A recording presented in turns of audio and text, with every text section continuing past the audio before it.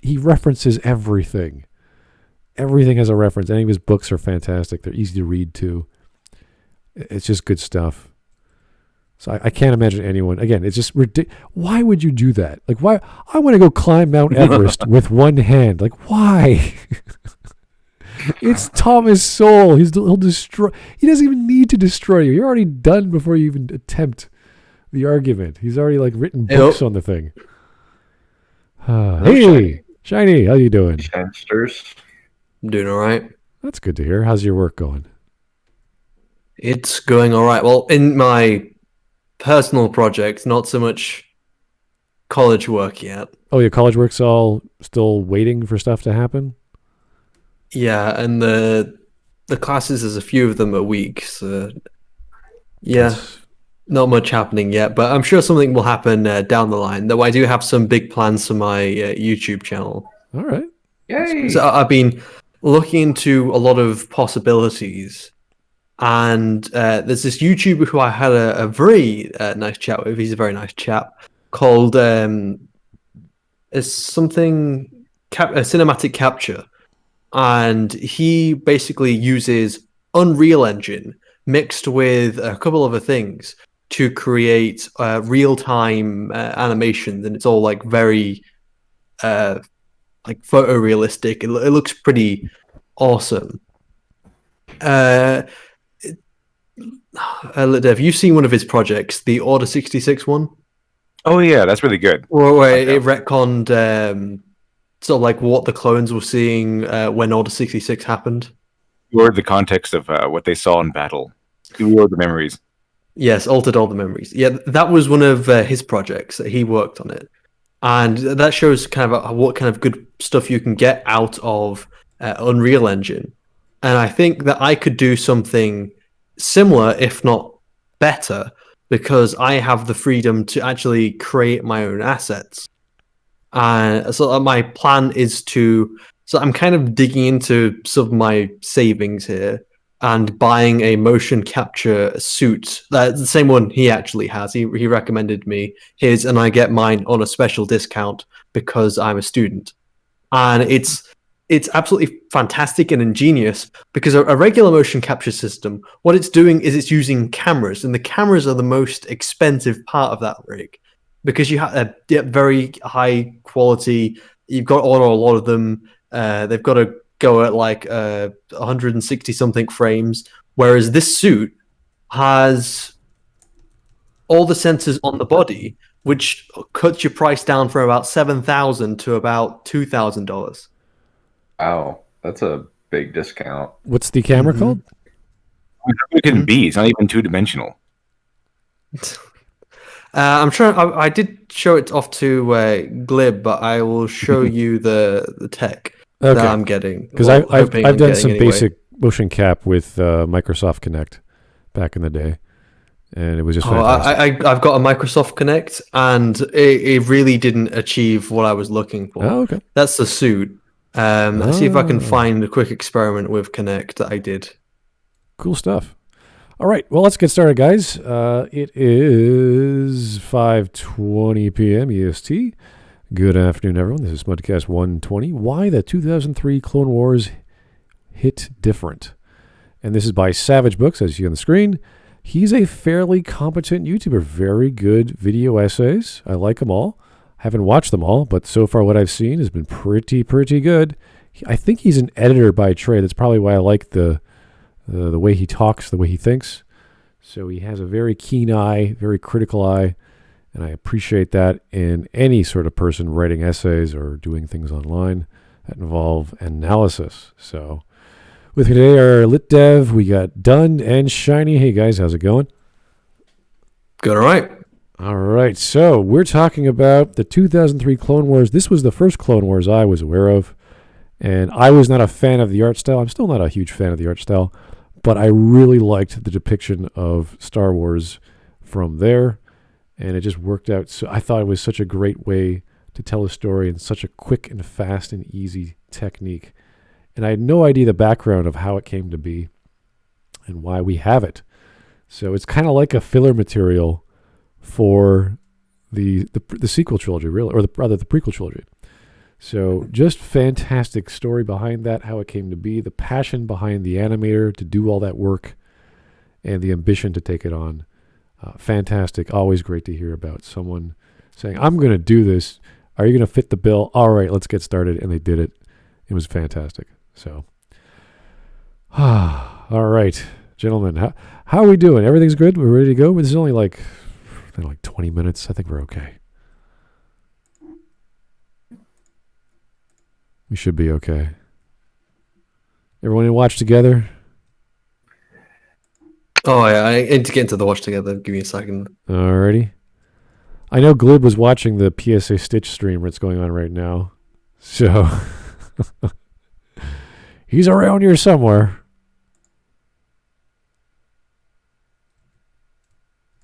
All right, let's get going.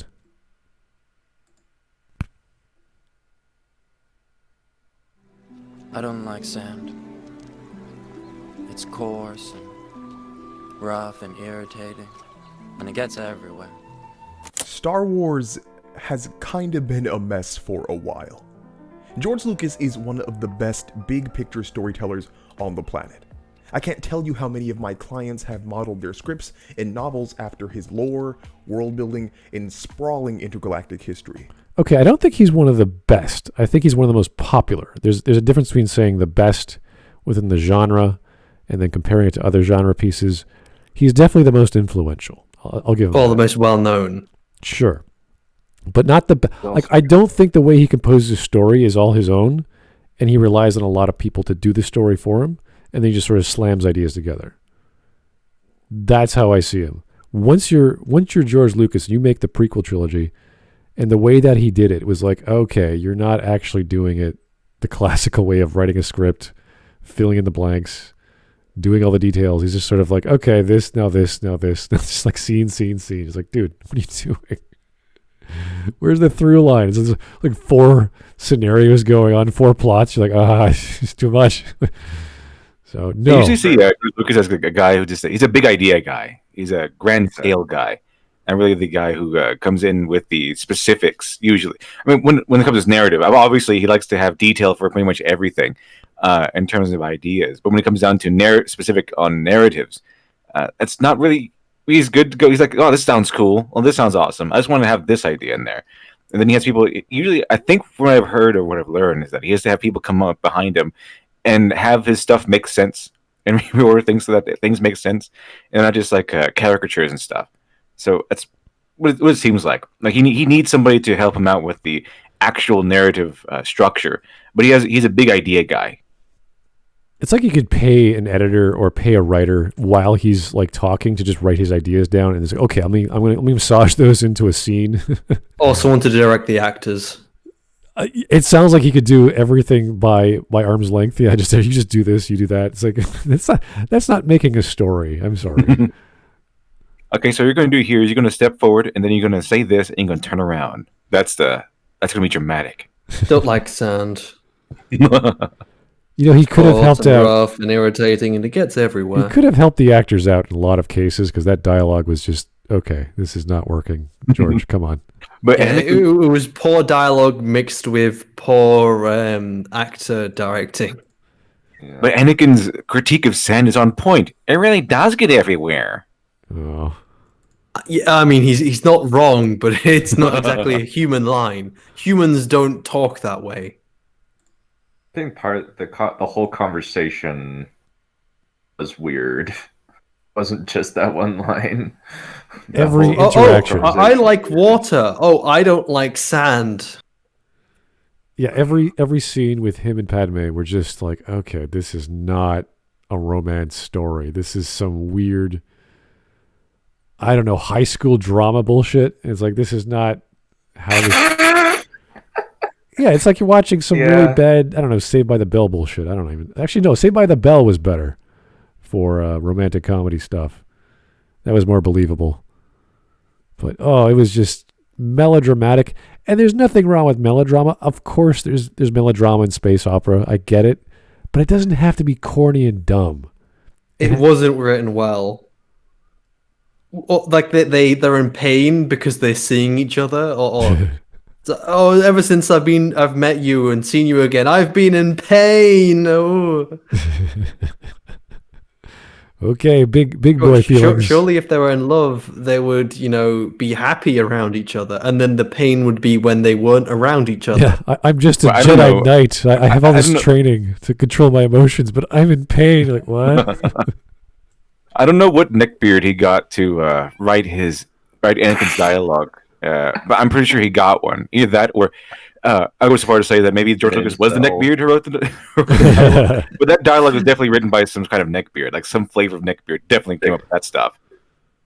Neckbeard or incel? I would pick incel because at least neckbeards can somewhat chat up a girl. Well, just imagine like their positions. Like I'm this upcoming Jedi master to be, and she's this hot young senator, queen, whatever. It's like they have position and power. They would be a little more confident in talking. They wouldn't say stupid crap and start bitching about their problems like Anakin does. That'd be weird. Apparently, Padmé's been in powerful positions for pretty much since she was born.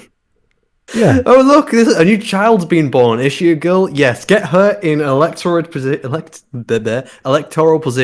Yeah, let's elect this 14-year-old girl to be our queen. That'll be a good idea. Let's elect this kid to be our queen. That'll be good. That sounds like an awesome idea. Democratically elected monarchy. I'm like, what? Okay.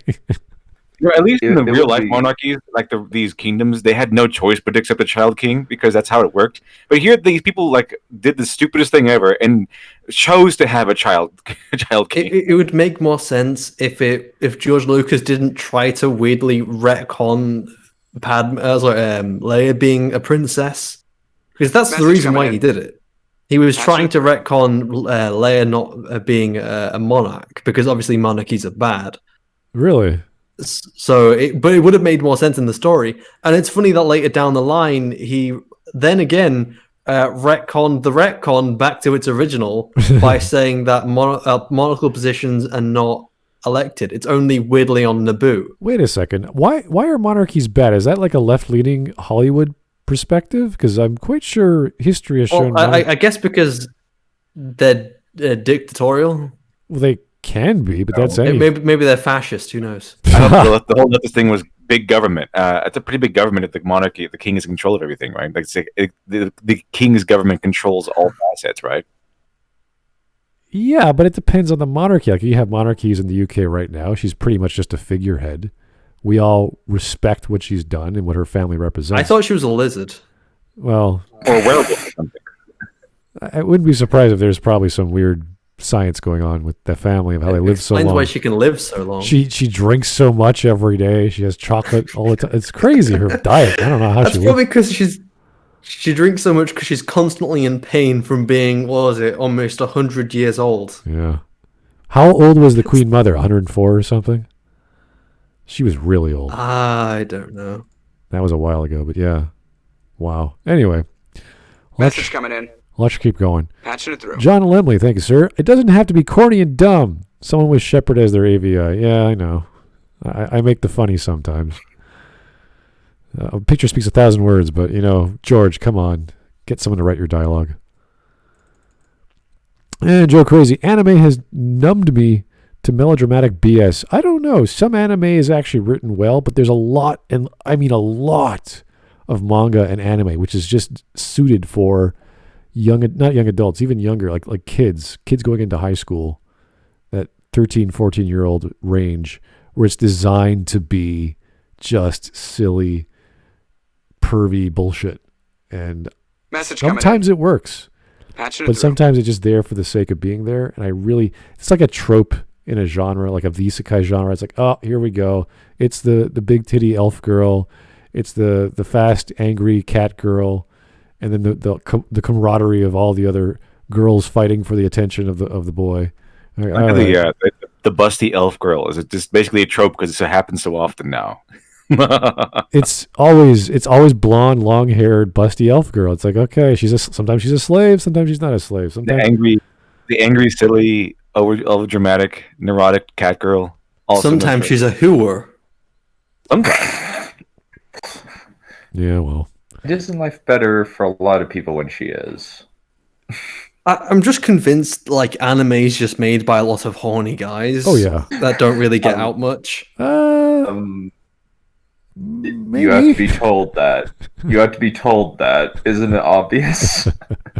Well, no one had to tell me. I just think it's kind of obvious, just from my perspective. Yeah, wait till Sean, you have to Yes. start animating 3D tits. I mean, like, that's when you know it's like, okay, this is what I'm doing with my life. Is that why most anime characters I've seen can't really catch on to social cues and stuff? Like, is that why?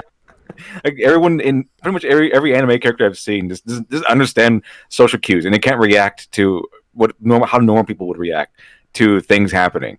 Like, oh, this guy got slapped. Oh well, I'll just brush that off. Well, maybe it's just because they're Japanese, and Japanese don't human well. Yeah, women are just like slapping the shit out of all the guys. The guys are like, oh, I guess I deserve that. It's like, no. You're not a pervert. She's just weird and aggressive. There's a term for that. The girl who likes you, who's angry at you and hates you, but secretly loves you. I can't remember the name. She's super violent. I think that's just the name of it, I guess. Yeah, something like that. Anyway, Fran Mataraki, thank you. Yes, let the melodrama flow through you, Creamy Sheep 2020. There is a limit to the melodrama. You can't have all of the Fifth Element just be pure melodrama. It can't work. It has to be funny, it has to be action-packed, and then it has to sort of jump between the genres, funny, action, high stakes, serious, back to funny. Can't just be like one-liners every 20 seconds. You can't do that. Gonna get corny. There it is. I love democracy. There it is. Sundari. Hello. Thank you. That's the one. Where they secretly love you, but they completely hate you and they're super violent. Or something like that. Sorry, I can't There's so many versions of the female persona in Japanese anime. Message coming in. Can't remember all the names. Patching it through. Anyway, Andrew Clark, my great-grandmother lived to 105 and only ate M&Ms. Wow.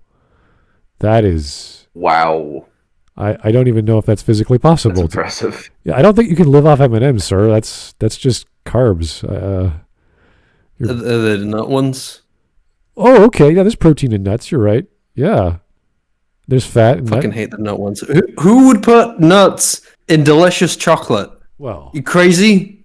I think nuts and chocolate are a great combination, Shiny. That's bullshit. Okay. Nuts taste horrible. Okay.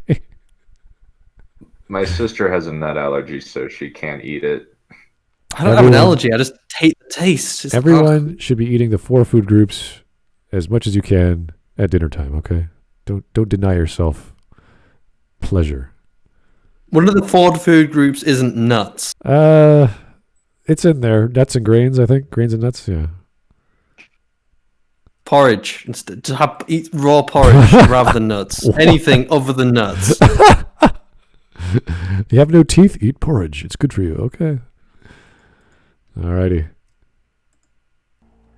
Same respect, George Lucas has a gaping, Sarlacc-sized hole in his ability to write small-scale storytelling, such as dialogue, Sand. or creating names, such as... I this wouldn't say Teenage that's Drug small Dealer scale lit- storytelling. That's just basic scene structure. I would concur with that. Because it's not each scene isn't a small story. It doesn't have a beginning, middle, and end. It is part of a beginning, middle, or end.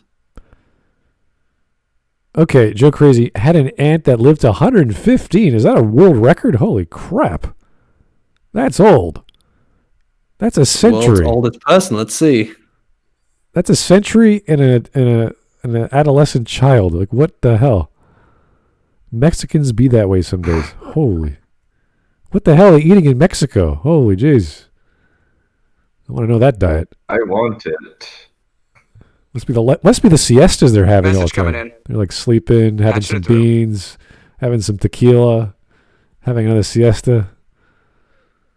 Whew. That's good to me. That sounds good to me too. Apparently, the person who has lived the longest in the history of the world was 122 years old. Ooh.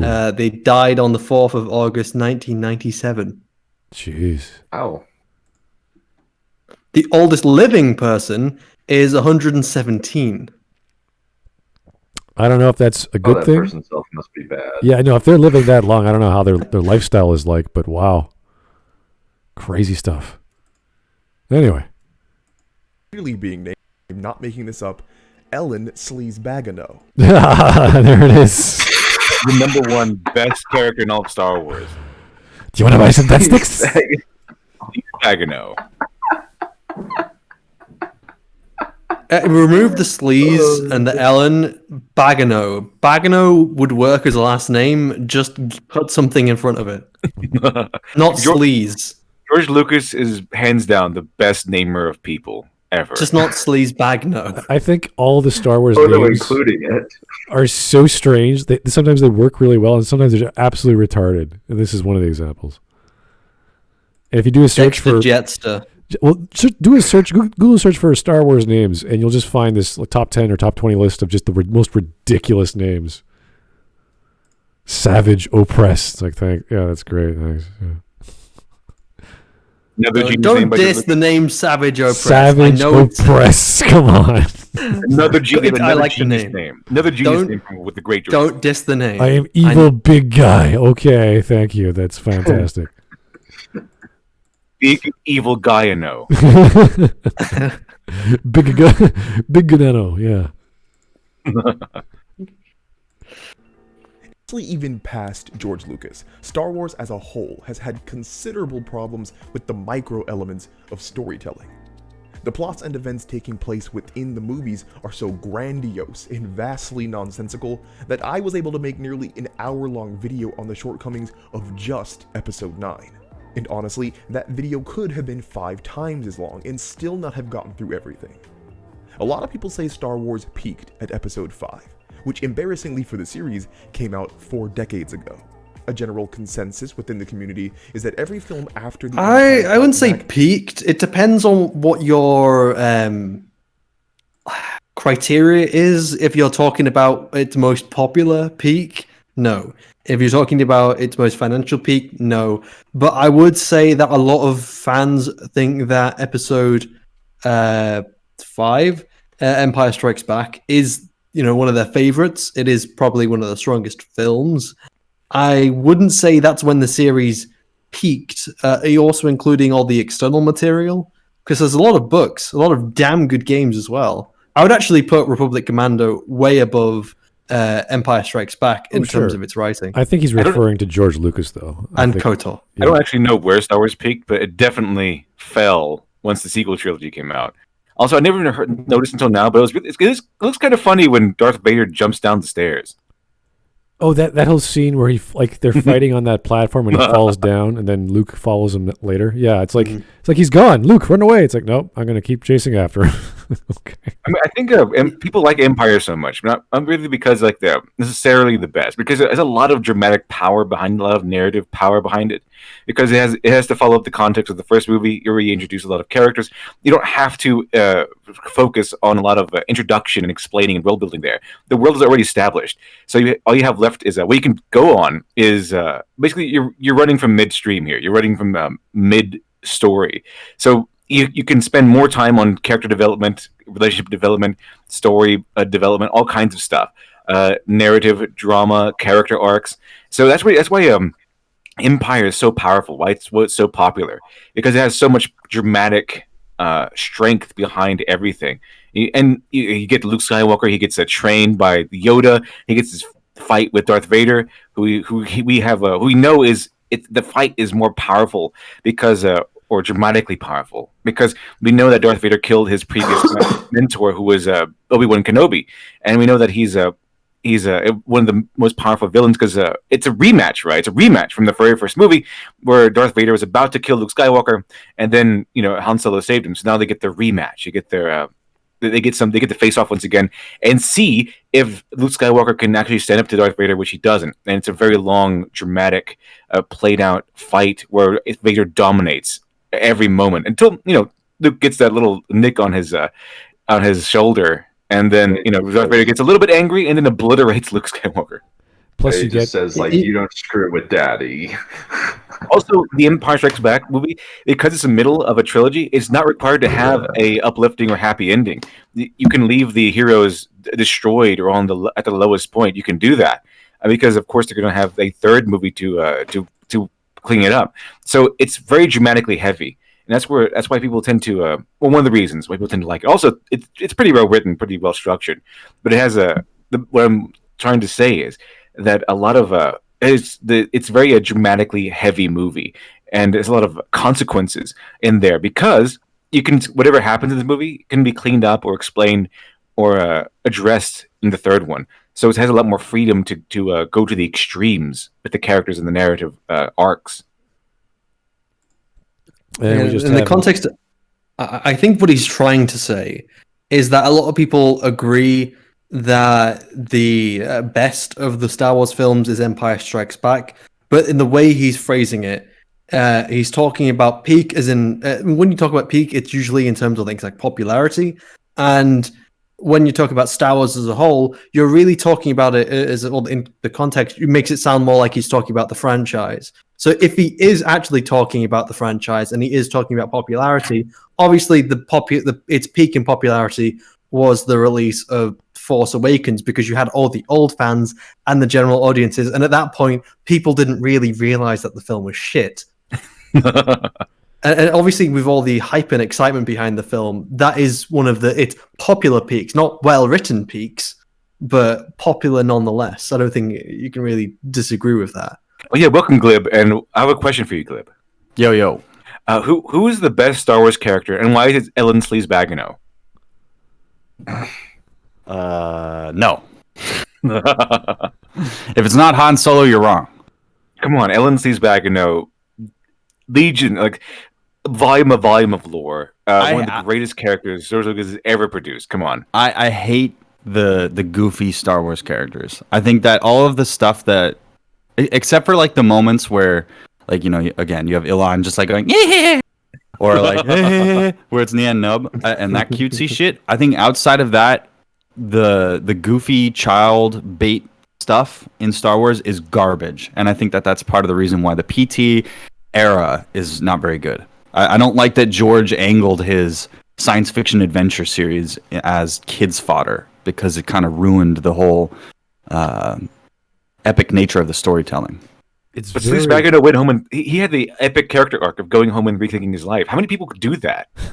You know, he went back and he actually applied to go to Space University. And he came back covered in blood. Space Academy. He came back covered in blood. He became Mouse in the Matrix and then died. Wait, did he? Wait, yeah, that's Mouse from the Matrix. Is that the same actor? That's awesome. I didn't know that. That's cool. You want to fuck the woman in the red dress?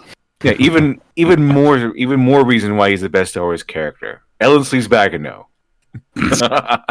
Anakin from TPM, best Star Wars character. Best Star Wars character. It does have a certain Jim Henson sort of vibe, that Dark Crystal sort of feeling when you start using all these weird alien caricatures throughout the cantina or here and there. So it is a product of the 80s or late 70s. So I sort of get that vibe, but that's the beauty of having a space opera, of having all this time and money and resources to make this gigantic production where world building is pretty much, we need another alien, we need another spaceship, we need some doodad here to make some noise, and it works for the surface level. And that's, if you go any further, if you try to peer into that little surface, like this guy trying to sell death sticks, it's like, oh, okay, it's just for the laugh, and you just keep going. Don't focus on the bar. Don't focus on what kind of game are they playing really on that 3D game, that the 3D strategy game that Wookiees keep getting pissed off at. It doesn't make any sense. I try to look at that like, what is it? A grid? Is there some sort of movement go? I have no idea. So, Oof says, but Ellen is a drug dealer, not a kid's character. To be fair, well, haven't you ever seen the episode of Sesame Street where Big Bird tries to buy some pot? That's brought to you by the number 7 and everything. Come on. Well, yeah. So he's not a kid's character. Okay, fine. But let's say that the kids characters are like the Ewoks. I don't need that cute shit in my movie. It doesn't make any sense. It's like those are contradicting and conflicting ideas. Like, you know, you're just gonna have like, oh, woohoo, it's me, and I'm Jar Jar, woo. And then at the same time, it's like, Anakin, don't do it. I'm gonna cut your legs off and let you burn. So it's like, don't put those things together, stupid. Those things don't go together. Are you trying to tell me you don't like the porgs? But those are genius. You're telling me you don't like Porgs, Ewoks, Chuds, whatever. They're all fucking trash. I don't need it. Glib doesn't like Yub-Nub. Fucking burn him to the stake. Yub-nub. Nub. Shut the fuck up! Uchi, Tuchi, Buchi, Buchi, Fuchi. Ouchie, wouchies. Cunty, wunty. I get kind of silliness. Don't want to step in some poodoo there. And something that's kind of serious. Have you ever played? My tongue won't work. I played a Hitman Blood Money. By the way. Oh yeah, I love Hitman Blood Money. That's the kind of the silliness I like in serious, more or less serious games where you know you're a hitman. He's always he's Agent 47. He's always serious. There's that one mission you can dress up like a big bird crow and then you start murdering people in a costume, and it's because that's what they wear. So it's a silliness, but it makes sense within the context of the story. So I think you might like that one. But even then, you could say Ewoks make sense in the context of the story. No, they don't. They are trash. They should have been Wookiees. That was the initial intention. And then they just did the Wookiee scene on Kashyyyk in Revenge of the Sith. But there's a difference between them not working. They are garbage. Their legs cannot move. I've never seen little people take down a large army. You are ridiculous right now. Glib, are you drunk? Because this is hilarious. I'm always. That's my. We now secret. know that I'm always on Glib, drugs. Glib is a small person racist. He doesn't think a small person could be a bigger person. Well, I'll tell you. I know for a fact that on. I was going to say Revenge of the Jedi. On the Revenge of the Jedi movie, when they had the little people Ewoks, they almost dragged one of the ADs to be drowned. Like 4 of them picked up this guy or something like that. So yeah, obviously they have a level of strength. But the idea that the Ewoks with their fucking little sticks can beat a guy wearing plastic armor. I mean, even if the plasteel armor was just plastic, was just like poly whatever, and you know, that wouldn't do anything. So Well, the I meant more the Ewoks existence of the are the Ewoks reason than- why people stopped taking Star Wars seriously. Like that's one of the reasons. Yeah, I kind of wanted to make a storyline in Dr. Alpha at one point where it's like the opposite, because you know it's always the Hollywood fantasy, and this happens in Star Trek too, where it's like it's always the nature always conquers the technology. So that's why you have the Ewoks conquering the evil empire. Basically they conquer the technologically advanced empire with sticks and rocks and logs and stuff. I always want to do the other way around. Was like what would actually happen, where you, like a technological empire, and then the heroes are just leading a valiant charge against these technologically superior force with sticks and rocks and sharpened spears and things, and they get obliterated. And I think it'd be cool to have that play out. The only thing Ewok should have been is just cannon fodder. Just kill them all. Oh, they should have been. The reason why they weren't Wookiees apparently is because he couldn't find enough tall people. He couldn't get enough people of whoever plays Chewbacca's height at the time. But there is a film actors union for little people. There's like an entertainment guild. Like little people are like linked up. You know what I mean? They're like mobbed up. So there's a lot of funny stories involving the little people community and the entertainment industry, because they're very insular and defensive about I guess their subculture or culture, however you want to put it. I don't want to say subculture. I don't want to belittle them. But but yeah, no, they're a bunch of tough guys, and gals. I wouldn't want to mess with them, and I fully support their hijinks because it's hilarious. Glib is small person racist. He's ableist. No, I have small black friends, my friend. The big ones scare me too much. Well, technically, ableist is their word for small person racist. So I'm a midgetist. I'm using the wrong words to describe people. Yeah. Here's Jake the Surgeon. A pick-me-up is just what I needed. My grandpa is close to passing, and I need a temporary distraction. Sir, get yourself a drink and just sit back, have a good time. That's my recommendation right there. Hopefully we can entertain you. Shout out to all my Ewoks. Obviously, the only reason why there weren't Ewoks in Obviously, the only reason why there were black people in Rise of Skywalker is because they didn't have the balls to put in Ewoks. Obviously. Because that's the first thought Quentin had. That's the first thought Quentin had when it came to this film. So they just have the balls to have Ewoks. I love how they're like, oh my god, why are there no white people in A New Hope? I'm like, dude, it was 1977 in England. Do you want to look at the statistics? You fucking idiots. You want to deny reality because your agenda exists in the year 2020? This was fucking 40 plus years ago. You expect there to be a bunch of black people? What are you talking about? Ship in a bunch of people from Africa. What if we get them in crates? So we get them in. We need more. Get those blacks in here. We need the blacks.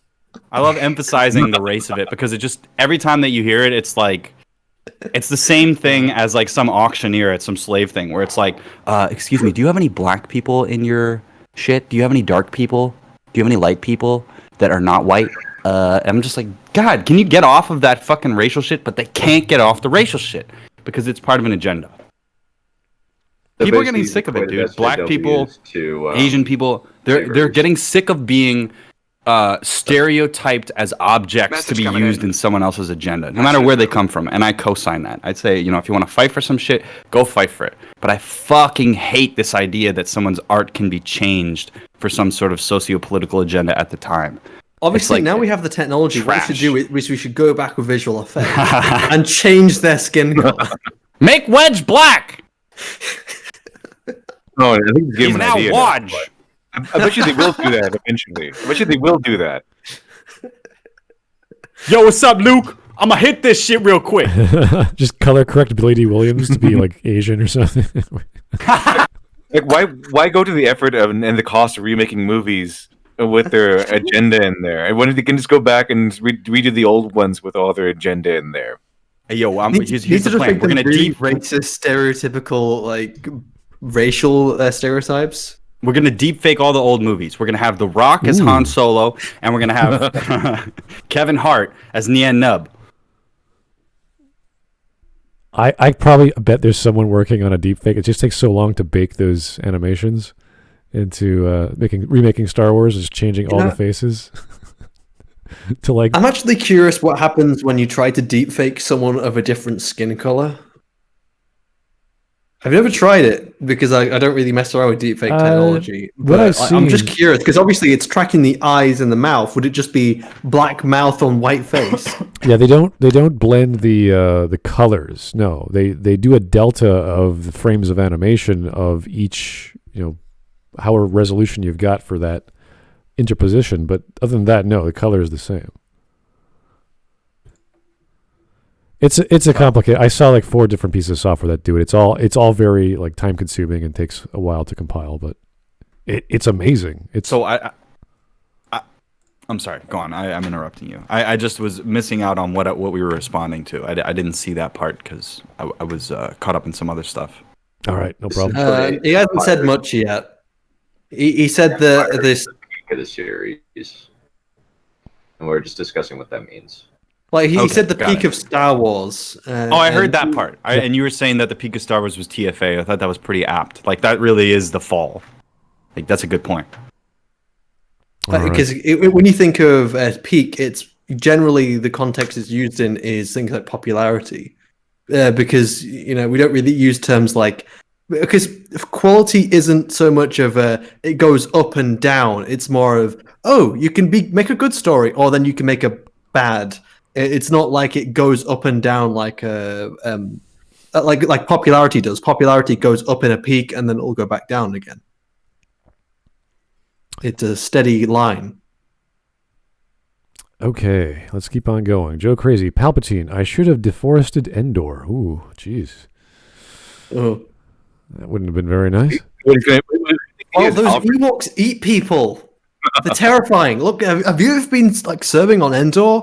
It's like a horror house. Like, yeah, I saw people being eaten alive. Ewoks are crazy. And we did, Anakin, we burned the forest down. That's what we're on the same level as Alfred. I think Palpatine, get on Alfred's level, okay? Can't get on Alfred's level. Alfred's awesome. When he sees the Joker, he must die. He was stealing precious stones, so we went ahead and burned the forest down. I would love, like, if instead of the Ewoks actually being effective against stormtroopers, if they would just, like, again, the sticks would just hit them on the head. It's like, what the fuck was that? Just shoot them. Yeah, why not? It is the whole, like, oh, nature versus technology. It's like, okay, so at best you have a bow and arrow. I have a gun. So, run? So what actually happened? Because the stormtroopers are really technologically advanced. Like they have armor that deflects blaster bolts. Okay, I'm pretty sure they can deflect arrows and spears pretty nicely. We should probably keep going. We've been at this for an hour, and we're only a minute and a half into this video. Right. Obviously, they should have what the main characters have: plot armor. Really? Yeah, that's the most effective kind of armor. Mm-hmm. Is either comparable or considerably worse. And that creates an interesting question to entertain. Are big-scale movies the best medium for Star Wars? Now, I know this topic... Okay, this is confusing now, because he's made the inference that terrible, like, small, like, scenes, because he pointed out to all the horrible, like, smaller-scale scenes, like dialogue, for instance, and he said that made the Star Wars films terrible at short stories, but that's not a short story, because it's obviously a story has a beginning, middle, and end. I've already explained this, but just for context for Glib, how could you have... Because obviously a scene doesn't have it's not a beginning, middle, end story. It's part of a story. It is either part of a beginning, part of a middle, or part of an end. So how... this is weird how he's trying to connect it together, because... What? Well, the scenarios that George makes are big. They're big ideas, big plots, and the details that connect the scenes are poorly lacking in comprehension and believability. So, but he's confusing scenes for small-scale stories. You could argue a scene is a small story, part of a larger story, but it's just the actual minutia between these ideas that are the problem, and the connecting tissue is not really there. The dialogue does not flow properly. The pacing sometimes is all over the place. So it's an issue with Star Wars in general. If smaller scale things are a weakness for Star Wars, why would you make things smaller scale? Well, if it's a weakness. Well, and then again, it's not even a specific weakness to, like, Star Wars as a franchise. It's more just George Lucas's writing. Yeah, no, that's what I mean. Like, he does bigger, like Episode 1 and 2. Those are a whole series of useless scenes. But he wanted to tell a story of Anakin going from here to there, and then growing up a little, and going from here to there again. So he does that, and it's like, why? I could argue the first two movies could be forgotten, and just focus on the third one, and you would have a much more compelling narrative. You would have a plot that has some value, some stakes to it, and some characters that have real reasons for being there. So that is what should have been the focus, and then you could have tied that into a coming-of-age story or what have you. So that is the problem. He doesn't see the detail connecting. He might see the big picture, but even that is flawed. Even that has a horrible build-up to where he wanted to go. So it's just it's a lack of maturity. It's really a lack of writing in general that when we look at these movies, because we can look at other space operas and go, The Fifth Element, pretty silly story, but it made sense. We understood what was going on. And how things came together was contrived. How they survive every gunfight is contrived. But that's an action flick. We get it. It's supposed to be glitzy and glamoury. With senators and Jedi Knights running around, it's like this should be a little higher stakes. It should be a little more... Like, you should not see Obi-Wan jumping out of a window and flying around just because it's fun. Unless he's committing suicide. You should have purpose for stuff. Give it some weight. Don't just do crazy over-the-top stuff because it's action-packed. On its face, Star Wars started as movies and has been successful as movies, earning an irresponsible $40 billion at the box office. But I'm not talking about movies being a poor medium for Star Wars as a business model. I'm talking about how movies regularly cripple Star Wars on a narrative level. If you take a close look at the list of Star Wars fiction, you'll start to notice that some of the most beloved and well-executed entries are not movies. Wait, hold on. This is where it's about to go twisty, mister. Okay. Let's go. Explain. Knights of the Old Republic games to be some of the best RPGs ever made. People went bonkers for The Mandalorian, which is the second season. Popular doesn't mean Considered the good. 2008 TV series The Clone Wars to be the best Star Wars fiction, period. And there it is. Being a retard.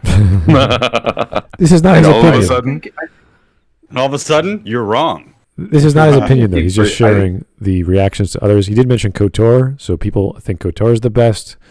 And Shiny, I know you would love the Clone Wars 3D version. Yes. So, I mean, this is... hold on. I mean, he just mentioned these things. I mean, obviously he must go on. I mean, he must explain further than this. Otherwise, this is just dumb.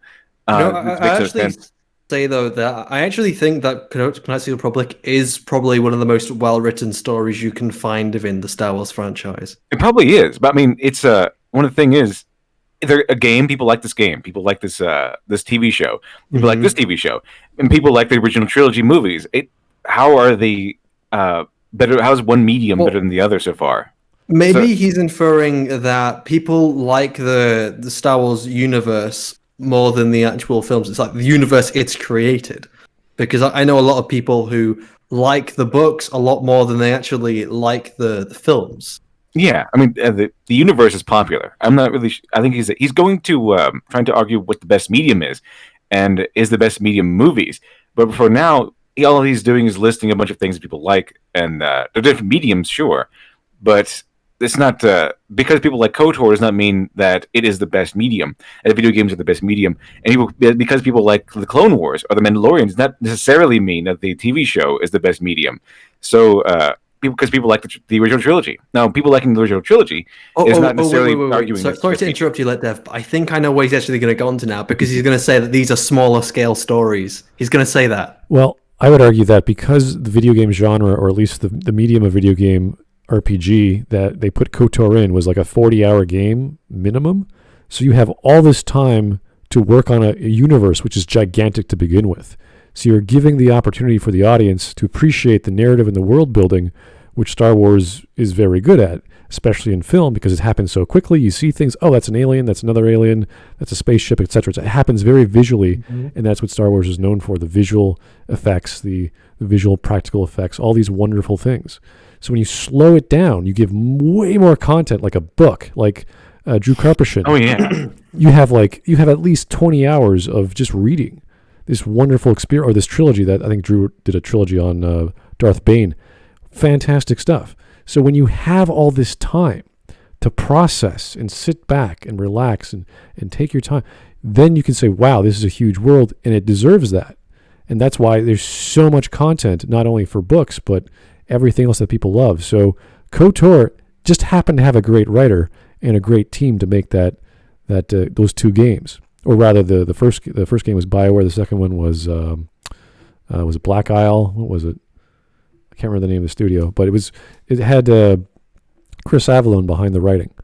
So, and he was inspired by the first game. He was playing the first game, and he was so impressed that BioWare did what they did, and he was happy to get the second game. So, it's one thing to talk about what is the best medium, but you have to understand the genre first before you start saying what's the best genre. Because you could tell a great story in a space opera in a movie, for sure. We have examples of that. Right. Again, I don't think he's talking about the medium. I think he's going to talk about saying that the smaller scale stories. Well, here's the thing. One thing about this is that Brett Easton Ellis actually commentated on this, and then there's a reason why movies used to be the peak of entertainment. It used to be the most popular forms of media to go to, but now it's because of the onset of like Netflix and Amazon Prime, TV.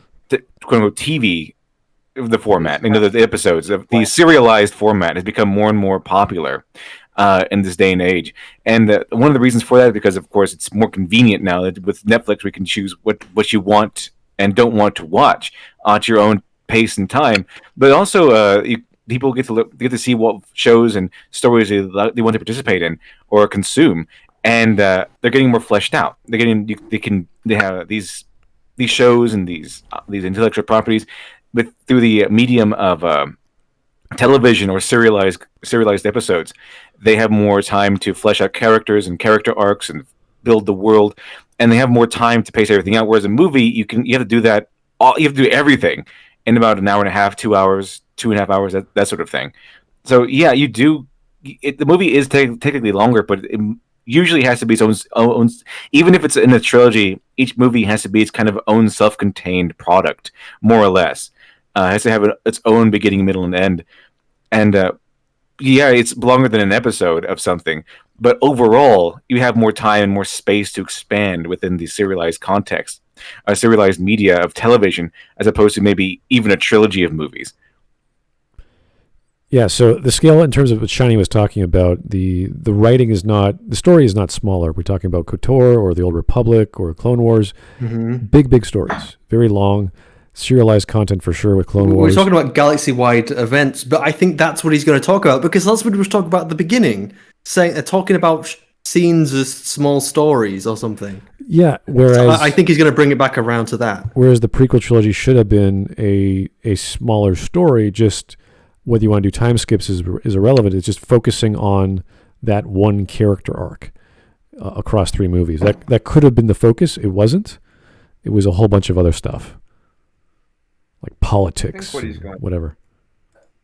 I've seen this video before, so I believe that what he's going to talk about is the fact that like it's small scale, small time frame blips of stuff is what he brings up. But we should probably keep going, since a lot of what we're talking about is kind of theorizing about what he's going to say. Like thing. But the Star Wars fiction I would like to talk about in this video is actually the 2008 Clone Wars' Emmy-winning predecessor, the 2003 Clone Wars. In my assessment, I believe this Clone Wars micro-series accentuated all of the narrative strengths of the Star Wars franchise while simultaneously doing away with so much of what the core theatrical releases do wrong. Since this channel and all of my videos are based in being a helpful guide to writers both experienced and novice, I think it is important for writers to understand how a fiction's strengths and weaknesses are affected by how it is delivered to an audience. And 2003's Clone Wars is therefore perfect to use as a case study, because not only is it one of the most unique Star Wars fictions, its release and distribution was unlike anything else in Star Wars history.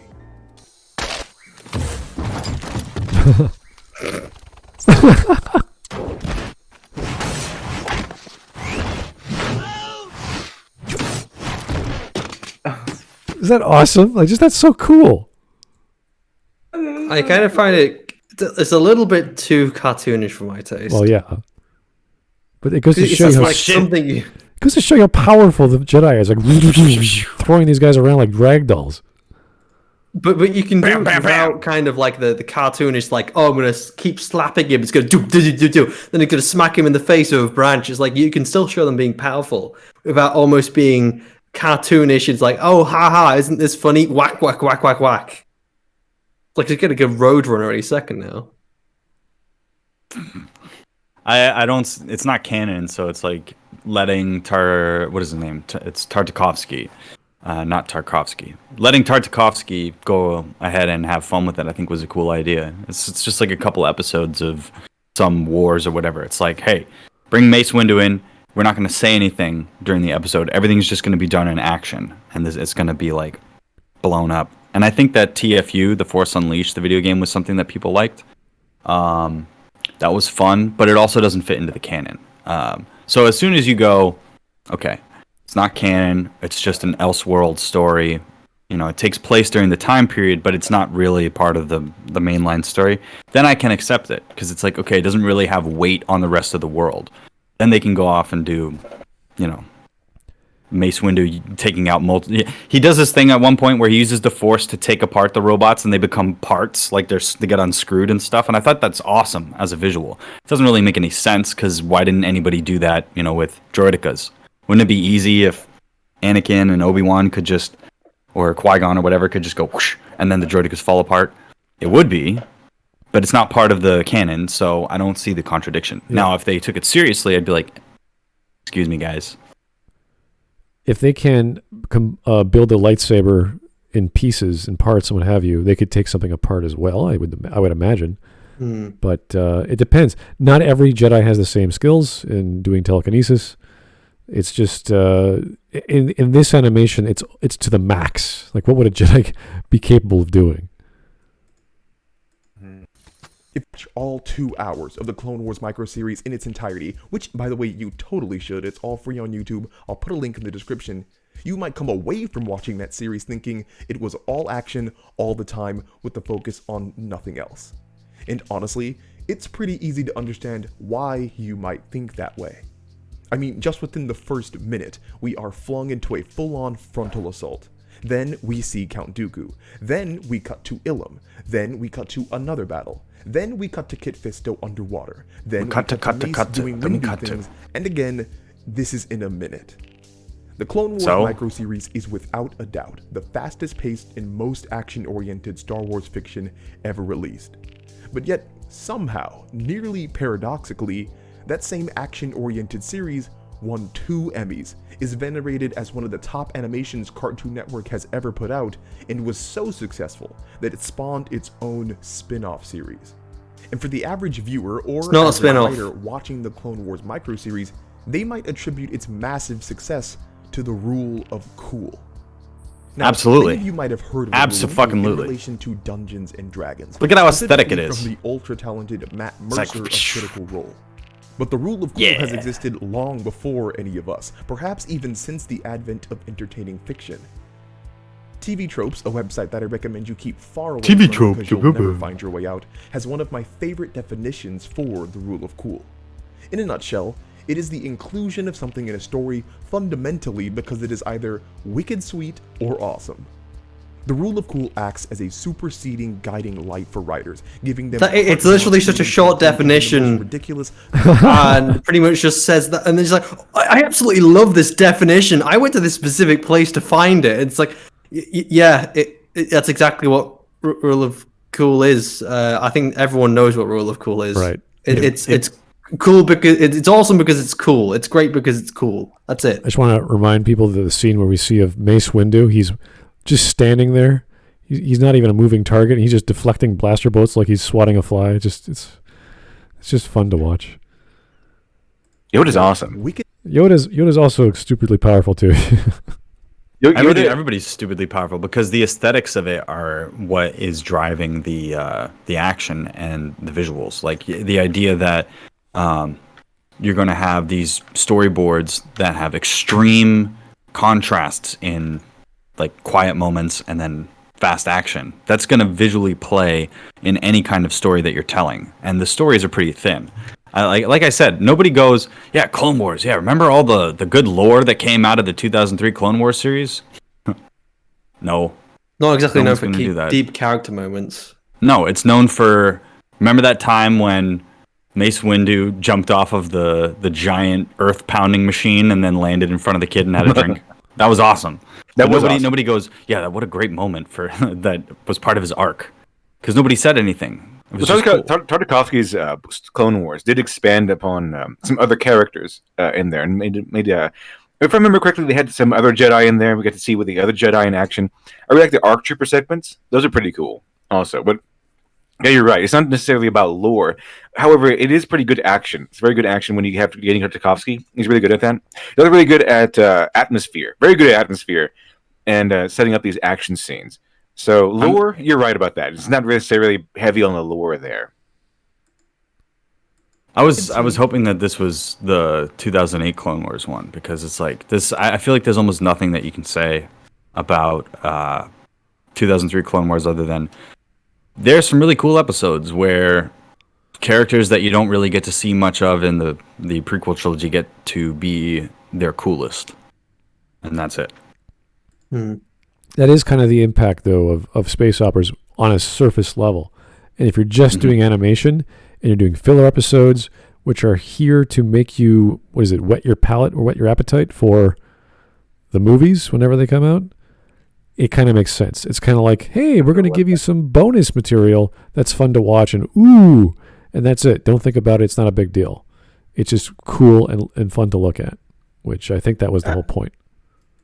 I think the thing I like most about the 2002 Clone Wars is that it actually inspired a lot of the look for the 2008 show, especially when you look at clone helmets or even certain spaceship designs or the looks of certain characters. For instance, the reason why Count Dooku has a really long face in Clone Wars 2008 is because obviously they were going off of the design of the 2003, because originally it was supposed to be a sequel or a continuation or a spin-off. They didn't quite know at the time, but then they just decided, oh look, let's just make Clone Wars 2008 its own thing. We'll classify it as Lucas canon, and that way it only has to adhere to itself and the films. But yeah, I do like some of the designs, or at least where the designs ended up going. Were awesome. The rule of cool acts as a superseding guiding light for writers, giving them carte blanche freedom to include even the most ridiculous, nonsensical, or over-the-top elements into their fiction.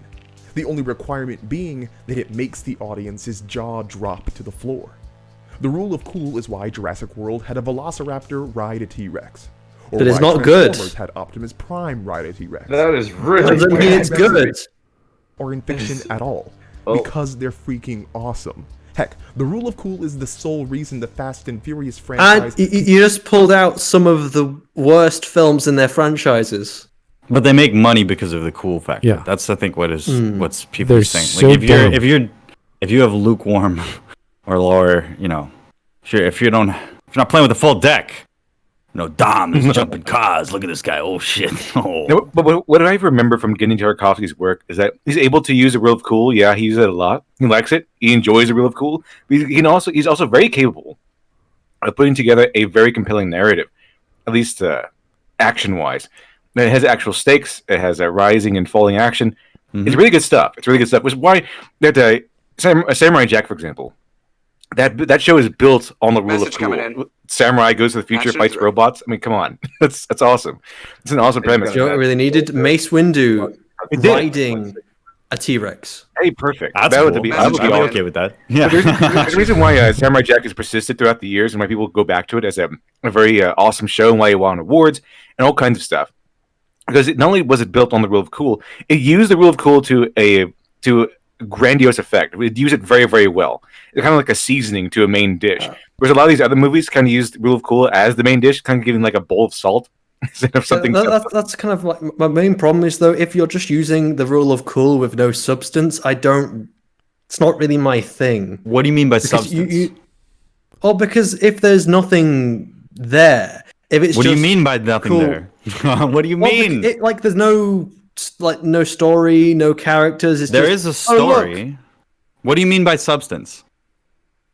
Well, actually, something to the story. What does that mean? Give me something real. Give me something substantive. Like in the very first episode, for example, not the very first episode, but like one of the initial episodes, Samurai Jack, after he goes to the future, he runs into these talking dogs. Well, by the way, probably like this descendants of talking dogs from Powerpuff Girls was pretty cool because they come from Townsville. It's actually canon. But he gets hired by these dogs to protect them because they're being attacked by Aku's minions because they're trying to free themselves. So the story of that particular episode of Samurai Jack is a story of a veteran warrior who is awesome because he's Samurai Jack and he's been training like every single martial art in the world. A very powerful warrior defending the weak against something strong. That's the main story of that episode. And getting Tarkovsky uses the rule of cool to make that episode visually awesome and atmospherically awesome while having an underlying strong, simple narrative underneath that plays out very, very well. It has an arc and everything. It's really, really good. That's what I think is what Shining kind of means about substance underneath. A very compelling, well put together story that's kind of garnished by the rule of cool. Mm. And just trying to explain myself to Glib. Well, I use the example of Ruby since someone did bring it up, and I think that Ruby is a very good example. Ruby is a show, at least in its first couple seasons, it has very good animation for the most part, especially in fight scenes. And, on the surface level, it does look pretty cool. Lots of moving characters, moving pretty fast, lots of action. But then the characters, they're flat. They're contradictory a lot of times. Why should we care about them? What does that have to do with Nothing Clone Wars? To them. What does that have to do with the 2003 Clone Wars? Because we're talking about rule of cool. No, but I want to know what's a substantive thing like that relates to that's missing from the 2003. Because if there is, if your characters are pretty much the bare definition of characters, if there are no, but I don't know who you're talking about. Who are you talking about related to 2003? I'm talking about rule of cool in general because we're talking about rule of cool. All right. Yeah, Well, but you're saying I haven't watched 2003 in years. I can't give you any specific examples. Okay, well that's all I wanted to hear. Okay, That's all I wanted to hear. Say, I see. I try and pull out something from 2003 Clone Wars. So you have Mace Windu. He takes down this giant machine. It's lots of visual noise as clones just dying. It's like, what else is there other than just, oh, it looks cool? It's like, oh, sometimes what do you I mean? want to care about. Okay, so, but what is there to the scene of Mace Windu, fighting big robot? Are you saying Showing a big consequences? Are you saying that consequences need to exist in? No, I'm not saying consequences. I don't saying understand what you're saying. Some kind of anything in the actual thing of more than just a scene of action. What do you? Okay, so you're saying that the sequence that the 3 to 5 minutes or whatever of Mace Windu doing the battle doesn't have any kind of story to it because them defeating the bad guys isn't a story. I'm saying, hold on, try and. let's give an I'm example. not saying it isn't a story. I'm trying to say that I want more. I want more. Okay, I'll give to you. It's like you can enjoy that sequence, and to an extent, I enjoy it for surface level elements. Oh yeah, it's cool. It's awesome. Yeah, but where's the character moments? Where's the story threads? Yeah, it's fine. It's supposed to be. There is a story thread throughout it. No, it's about Moonilinst. I can't pronounce it. It's all of the season 1 has a consistent narrative thread through them. Same with the second season where Anakin goes on his vision quest in order to discover the alien people that have been kidnapped by the Wat Tambor and the Tech Union. I'm trying to figure out what the difference is between something like 2003 and something like the 2008 series with you. But I mean, if you haven't seen it in a while, I understand it. It's not in your mind. Since we're talking about 2003, that was supposed to be a filler content for the prequels, right? So let's look at the prequels. What was I don't know. Take one of the villains, Darth Maul. What was his characterization? What was his motivation? Pretty much nothing. You don't get anything for his character. He's just kind of cool for that's all it is really. He's just cool. Yeah, he looks cool. Really cool guy. Yeah, you're a devil-looking guy. He wanted revenge for something, and he had dual-bladed lightsaber. That's his whole character. There's really nothing there. We don't get it. There's no background. There's no development. Nothing. What do we get in 2003? We get a few characters we know. We go, oh yeah, that looks familiar. That's Obi-Wan. What's he doing? Oh, he's fighting this weird, scary-looking general dude. What the hell is that? I've never seen that before, etc., etc. And it gets you interested. It's like a amuse-bouche for something coming later. So it's not there to be hugely filling or fulfilling because you don't want to fill up on this animation, which you could have done. They could have gone crazy with drama and characterization and having an arc, but they didn't have to because it wasn't designed to be that way. Mm-hmm. And I'm not criticizing it for being designed that way. I'm more just saying that's not my thing. That's fair. Sure. I'm as somebody that's like in the opposite direction. I'm trying to figure out what the issue is because it's like a curiosity to me because I feel like I don't like the 2008 version for its animation. You don't like the 2003 version for its animation. I don't like the 2008 storytelling. You don't like the 2003 storytelling. So there's something that's different about how you view the content and how I view the content. I'm trying to figure that out. I'm like, what is it? Because with the 2003 Clone Wars, it's like I said, it was popcorn entertainment that was highlighting the characters that were kind of in the background in the PT that weren't really used, like Shaak Ti or whatever, that kind of thing. But then 2008, it goes deeper into the lore of it. And I think that it's because in the Holocron database, it's T canon.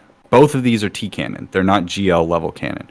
So the way that the canon tier system that I understood it was that there's the penultimate, the films, and then there's this level that exists as other people taking over the franchise for a small area and telling a story for the audience. And then below that, there's like comics and what ifs and Elseworld stories, which are like, maybe that wasn't totally aesthetically in line with what we were going for. So maybe Dark Empire is not canon because now they want to make sequels or it doesn't match up. So the levels of canonicity is kind of, to me, how serious I take it in the overall storytelling thing. So when I think of Star Wars, I really think of the film series as the George Lucas films.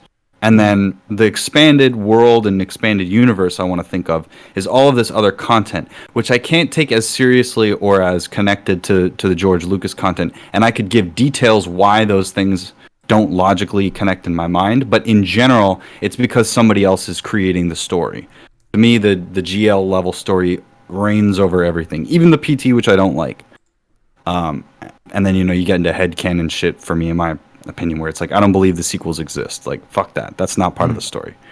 But yeah, so it's like, when it comes to the 2003 thing, I don't take it that seriously, but it's seriously good for Tartakovsky's work. If you look at Tartakovsky's other work, and I think that's why Literature Devil is bringing up Samurai Jack, because it's closest to that. I mean, you could say Dexter's Laboratory, you could say Powerpuff Girls. He has a sort of compressed anime aesthetic when it comes to combat scenes and that kind of thing, and people like him for that. That's probably why he was hired for it and given these little 3 to 5 minute slots, because I remember these episodes would air on Cartoon Network like in between other larger segments. That's another thing, is that in 3 to 5 minutes for 2 seasons, and then the 10 minutes they had for the 3rd season, it really feels like you can only tell a limited amount of stories. So how do you compress all of that visual information? Well, you make it really fast-paced and action-based. Don't have that much dialogue because you don't have a lot of time to actually sit out and write the dialogue. Also, Tartakovsky's excellent at these no dialogues. Every time I bring up Tartakovsky, the one thing that comes to mind is his no dialogue talent, and or very minimal dialogue, I should say. And I think one of the best examples of that is the Samurai Jack episode, 4 Seasons of Death, which actually won an award for how good it was. Now, there is dialogue in that episode, but it's very minimal. It's mostly done through atmosphere and action. So I just want to bring that up. I'm not really sure how much that had anything to do with Glib said. Remember that whole non-dialogue. If you want to look at a good example of how Denny Tartakovsky tells a story through visuals and atmosphere and action more than through dialogue. 4 Seasons of Death from Samurai Jack is absolutely fantastic. It's an excellent example. And on that note, he does use a lot of those techniques in his version of Clone Wars, where it's very some of these episodes are very dialogue minimal, and it's carried through action and atmosphere, etc. Like that's one of the reasons why I really enjoy the ARC Trooper segments. When the ARC Troopers are carrying out these missions and stuff, there's very little dialogue in those. It's mostly done through action. Also, that's why I really like the Mace Windu section where he's beating up a bunch of droids with his bare hands. That was pretty cool. I like that scene. I like that, and what's funny is that I feel like the keyframing could be used in a live action series. Let's say you don't have him jumping giant, 300 feet leaps, or I don't know what level do you want to keep the Jedi at? And I don't think that they can do what they did in the 2003 Clone Wars. I don't think that that's reasonable, but I also think that that's the justification for why they're not George Lucas level canon. If you keep it in line with what's in the films, I think that's a good thing. All right, let me read some super chats. We'll keep on going. Mike Testa, are you supposed to be Alfred? I think that was a reference to LitDev's Michael Caine. What is that? What was I can't remember. Yeah, the crazy Alfred that burned down the forest. The best Alfred. It's the best Alfred. Joe Crazy. It's too bad he was underutilized in Dark Knight Rises. Oh yeah. Jedi Shah-Ji was the best. I don't know who that is. Shaggy. Shaggy? It's Shaggy. There's a Jedi that looks like Shaggy at one point. He's named Shaggy. Oh yeah, there is. There is. They're in the really fun. They're in the General Grievous scene, right? Oh dear. Yeah, there is. I forgot about it. The Jedi Shaggy. Yeah. Okay. Bogue. Genndy Tartakovsky's Primal animated series is the epitome of visual storytelling. It's a 10 episodes with no dialogue. Wow. Primal. I've never heard of it. Anyone know that? I haven't seen it, but I know what it is. It's basically it's a caveman and a T-Rex story. Yeah, I've seen some clips of it. I haven't seen the actual show, but I've seen some clips of it. It looks awesome. It looks amazing. Came Pete out. Tartakovsky. It's still coming out. It started in October 7th, 2019. Episode 10 is slated for November 1st. So it's ongoing. Huh. Wow. Guy's busy. I know. Good for him. Yeah. All right. It's like George Miller. Only Mad Max Fury Road is probably the best action movie ever made. And I imagine like Primal is one of the best animated shows ever made, at least in terms of what it is. Even exist. And to bring this crazy train back to Star Wars, many people feel that the rule of cool defines the Clone Wars. The micro-series is undoubtedly cool and unabashedly caters towards action, set pieces, and dazzling animation. But to say the Clone Wars succeeds because of the rule of cool is to sell it short. Sure, it's empowered by the rule of cool, and maybe even looks like it prioritizes style over substance. But the rule of cool by itself does not win you Emmys or Oscars. Many films have relied solely on depends on a lot of rewards these days. Not exactly high bar. Well, considering this is in a time where like it kind of like there was a lower standard, there was a lower voting pool, because the thing with Emmys, especially with Game of Thrones started winning Emmys not because of the show getting more quality, but because the Emmy pool was expanded and the requirements for getting an Emmy were lowered as well. And we're talking about 17 years ago. There were different standards for animation, especially in the Western world. So I don't even know what the competition was like back then. Spectacle subsequently failed to garner any real praise or attention. And the Oscar goes to, for Suicide Squad, Alessandro Bertolazzi, Giorgio Gregorini, and Christopher Nelson. Okay, that is not fair, and we are not talking about that. The thing we should focus on is that something was going on behind the scenes with the writing of the Clone Wars microseries that caused its surface to look simple and shallow, but led to its actual makeup being deeply engaging and complex. And probably the best place to start would be by talking about this man, Genndy Tartakovsky. If you watched Cartoon Network when you were younger, this man is probably the architect of your animated childhood. In the early 2000s, Star Wars was knee-deep in its prequel trilogy. And that meant merchandising companies like Hasbro were knee-deep in cash from all the sales they were generating. Hasbro, like any good money-grubbing capitalistic megacorp, wanted to make sure that there was continued hype between the time of release for Star Wars Episode 2 and Episode 3.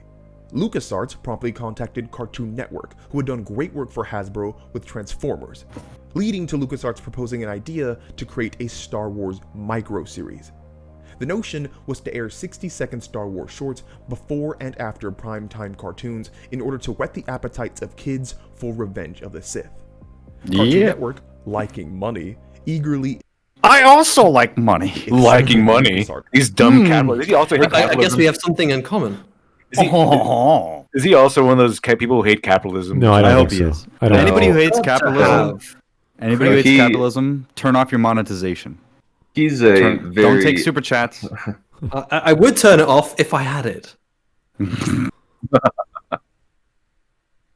No, I issue communism as stupid. Thank you very much. Well, I'm in the one place not infected by communism. Space! My house. Not yet. Not yet. Space communism's coming. Oh, that sounds like an interesting... I should do something with that. Look, do you know what happened to Sputnik? We fucking shot it down. This is true. Offers the way. Best man at the project, Genndy Tartakovsky, who had recently wrapped up his all-time great show, Samurai Jack. Now, for you writers, if you're thinking that a multi-billion... There he is. He spelled his name wrong. I just noticed that. Anyway, it doesn't matter. Tartakovsky. Hey, I mean, it's a Russian name, so... All these S's and B's, yeah, I just put them together. But there's the star of the Clone Wars, Mace Windu himself. There he is. Company, asking a man to create a competent... I think the worst thing they could have done is have Mace Windu lose his lightsaber, because then he just became more dangerous. So if you ever face down Mace Windu, make sure you don't take away his lightsaber. It'll also just beat you up even faster. More brutally. Tear you apart with his hands. Any series comprised of 1-minute episodes for the most beloved sci-fi IP on the planet would be difficult and a lot of pressure. You would be right. Which is why Genndy negotiated the much more liberating wiggle room of having 3 whole minutes per episode. And Genndy Tartakovsky, being the expert storyteller he was and is, didn't just want to put out any old micro-series. He wanted to develop a series that had, quote, a band of brothers feel to it, where its episodes had different battles and strategies during the Clone Wars. And if you don't know, let me have the pleasure of telling you. This was insane. Band of Brothers is considered to be one of the greatest television... Can you stop making the same fucking... They're considered to be the greatest of all time. This thing won an Emmy. It was the greatest of all time. It was great. It was super good. Shut up. I have up. a question. Would you say that these 3-minute stories are particularly deep? I think that they're really well made. I think that they're really interesting But he's explorations into specifically referring to them tactics. as being deep. Would you Band call of them Brothers or Clone Wars? Clone Wars 2003. I mean, deep, I not don't really. think he has he. I don't know if he Has he said that. officially said that they were deep? Has he officially said that they were deep? Is my I don't think question. he said that. I think he said that they were really good or something. No, he didn't say they were Very high good. quality. He wasn't referring to good or high quality. He was saying, what you might think it's all just surface level, but actually Clone Wars 2003 Where did he say had a that? lot more depth. Well, earlier he was saying, go back don't see even further to see it. Well, But you he show says, me. I don't. A lot I of don't a lot of people look at the show as something which is only rule of cool, but actually there is more. He was referring I'm to not- you can't win an Emmy just off rule of cool. That's true. There has to be more to it. Right. Right. Yeah, absolutely. Absolutely. I think there's good storytelling. I don't think it's about like the storytelling. You're not gonna. It's not gonna make It's a not- like it's a not deep joke. statement about humanity. It's not Joker or Yeah. Nightcrawler levels of depth. I like. Those two movies are extremely well crafted in terms of their story and the themes that they're trying to go for. But I mean, no, Genndy it's not. Tartakovsky, it's not like that. It's supposed to be a bunch of Star Wars cartoons to get people to want to go see Revenge of the Sith or whatever. But It's I like not this. just the I like what Transformers. Laughing Cavalier said. I remember when Count Dooku parachuted into Normandy in Band of Brothers. Yeah, that'd be awesome. Here's Joe Crazy. He is probably one of those starving artist types. I think he's hungry. Yeah, I think he's got that I really want to prove myself attitude, and he loves doing what he's doing. I think that's where it comes from. Whether he's starving, I don't know. He seems pretty popular. He just wants to say how great this is, which is it's cool, but like saying that it's the best, one of the best things ever, bested best. I mean, I get that. That's like a personal opinion. I feel that way about some of the stuff that I like, but you have to say something else other than that to make sense of it. So let's go. Television shows of all time and followed the harrowing, truly horrifyingly realistic exploits of the United States Army in World War II across 60-minute episodes. And Genndy wanted to translate... And do you know what? None of this is real, like grittily realistic. No, but he's about to say that he wanted to capture the essence of the battles or something. Well, even if you're going to capture the essence of the battle, my first reaction wouldn't be, okay, let's make these huge over-the-top scales. And Genndy wanted to translate that into 3-minute episodes of a cartoon where space wizards with glow sticks waved their hands to knock over kitchen appliances holding M4s. And he did it. His goal of using the Clone Wars as real war acts as a decoder ring for why the series exists and succeeds as it does.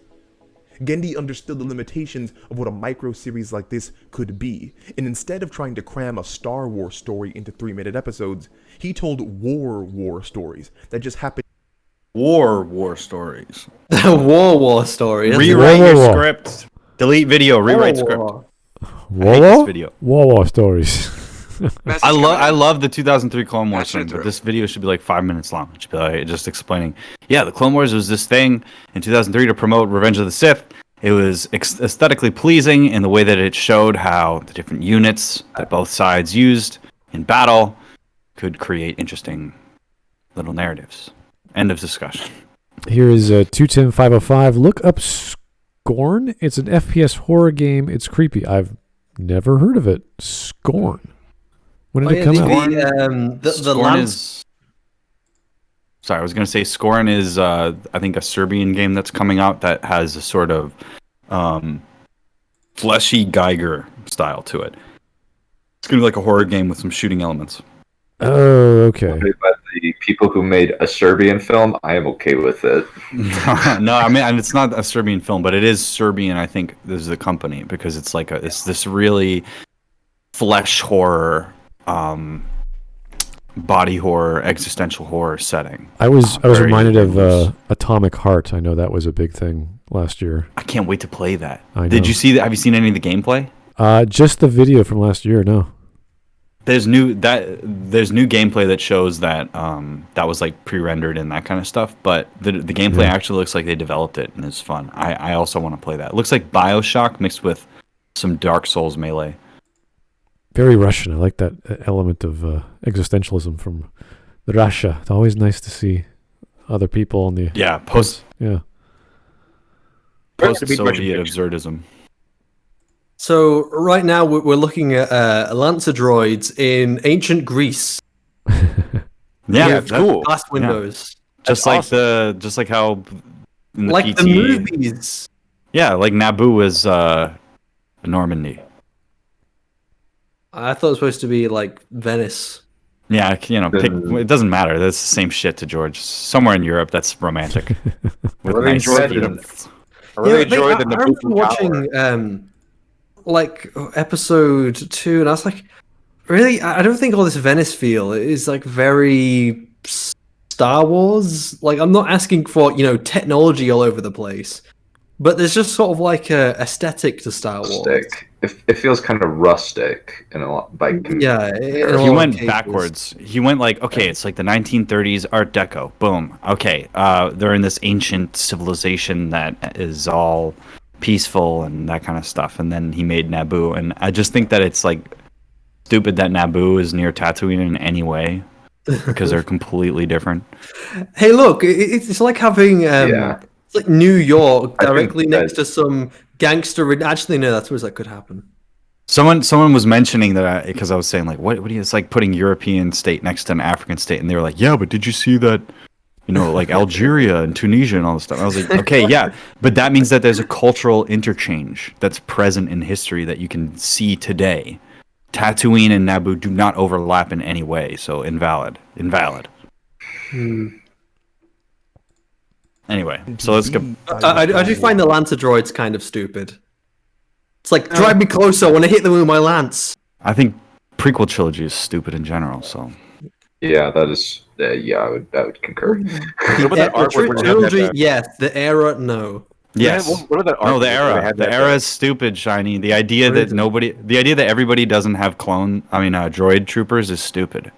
Anybody with a brain can put 2 and 2 together and say, oh, we can send robots to do our warmongering instead of our sons and daughters? Yeah, that sounds like a good idea. Let's do that. Be like the first thing.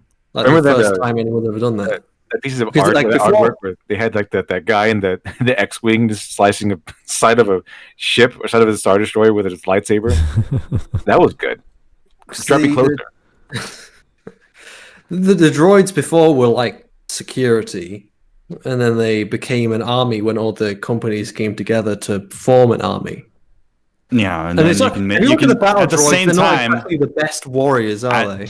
At the same time, you can have drones that can fly in space battles. You can also have clone troopers that are fully like articulating and intelligent and can be trained, and they have accelerated lifespans and stuff. And like these technologies are, if you think about the way the technology develops, it's not congruent. These things should be developed at different times in Star Wars' history, but because of how they've expanded the universe's lore, they've sort of destroyed the consistency of Star Wars. So somehow, thousands of years ago, in the Old Republic, you can have droids or whatever and that kind of stuff, and then you can claim over here in the PT that it's new. It just doesn't make sense to me. Like the technology's rate in Star Wars doesn't make sense. Droid armies in like the Old Republic. No, but it's irrelevant. Look, Anakin can put together a kit droid, right? In like no time. Yeah, that's stupid. Okay, but that's what I'm It's saying, something is that this whole thing is stupid. We're talking about like the era in general, like it is in the Clone Wars, not the trilogy. And the 'Cause I'm OT there agreeing was with you that the no trilogy's in the OT terrible. there was in the OT there was no droid that was combat effective. That's the reason why that works. If somebody had IG whatever X or whatever, or actually they do have IG-88. Yeah, there is IG-88. I was going to say they do have a combat droid. Okay, well that's stupid then. They don't have giant fleets of mass-produced. What, you're saying killer IG-88 droids. is stupid? On what? Yes. On what Why not mass-produce? Why not mass-produce droids mass that are combat effective? Yeah. Maybe it's expensive to produce IG-88 quality droids. But it's a maybe. Well, there's a lot of things in Star Wars that aren't exactly explained straight away, at least. Right. We like Star Wars more because it combines a bunch of concepts that we like together into a logical enough story that follows along with what's presented. But if you dig too deep in any particular area, you'll find a bunch of incongruent elements. Well, you and the gotta have a PT certain added to strength of that, disbelief. the EU added to that. I've been saying for years that people have been adding elements to Star Wars and other franchises that don't help what is already there. It kind of destroys the story. So OT all to the PT, something like midichlorians opens up a whole can of worms that's never been put back into the can. You know what I mean? The midichlorian thing is going to follow Star Wars for the rest of time now, because now people are going to be like, oh, so you can just measure how many midichlorians and then that's how powerful they are as a Jedi? That's kind of lame. That's stupid, yeah. Right, so like all these expansions, like, yes, absolutely, you can have cool elements. And that's what I've been saying about something like the 2003 Clone Wars. After seeing TPM and that annoying, kid and all this junk that you didn't want to see, a little bit of this 2003 action was really cool. A little bit of, Obi-Wan and Anakin fighting in Revenge of the Sith was cool. Like, we're at that point looking for Rule of Cool because the thing has stopped really making sense in the context that we started enjoying it in. There's so much cope that has to do with Star Wars after like 1994 or something. Like when they started to change the aesthetic and the prequels started to come out and more people started to get involved and there were more contradictions and they tried to make all those contradictions work, it started to become hamburger meat instead of the steak that it was, basically. The problem was the style of writing that George did for the original trilogy did not match the concept of a villain or a good guy becoming a villain in a story that spanned 3 movies, and it didn't progress in the way it should have. It should have focused heavily on the psychological reasons for him becoming what he was and why, and all the conflicts and internal problems he had, and instead it was a movie about a pod race and a kid blowing up a space station thing. The second film was, I don't know, faffing about. I don't know exactly what was going on there for plot-wise. I guess it was politics. And the third film was where things actually started having real conflict with the Jedi and the rest of the galaxy, I guess. But that's just because of a Deus Ex, which is ruled 66. It's just like, oh, now they're dead. It's like, what? So it's this Order 66. Yeah, it's just so contrived at times. Like this would not cause a man to lose his mind, especially when he knows what's right and wrong. He's learned it. He's felt it. He's trained it. He knows if you're trained as a Jedi, if you are trained to be anything like a priest of that, like they're essentially monks, really. You're trained so hardcore. You are climbing a mountain, and you have to fall very, very far to get to where Anakin is or where Darth Vader is. It does not make sense. Like you have to tie those two concepts together of celibate warrior, peaceful monk to pure evil. Like it's a very far gap, and George had no idea how to do that. So I agree with that. That would have taken at least. Yeah. I was just going to say there's just not that much personal development in the prequel trilogy as far as seeing the characters actually go through, other than sequences, like actually watching the characters feel out their situation. For example, in A New Hope, when we are introduced to Luke, we see him going through all of his frustrations. We see he's got to do this, he's got to do this. Then the droid runs away. He's got to do the oil thing, and I was going to Tashi Station to get some power converters. It's like, listen, I want to join I need you around another year. We need the harvest. I could really use your help, Luke. You can't join up and fight. So we see all of these frustrations, and then when we see his father, supposedly Anakin, he's way younger than him. He's building a droid, and he's got a fucking race car, and I'm like, what the fuck is this?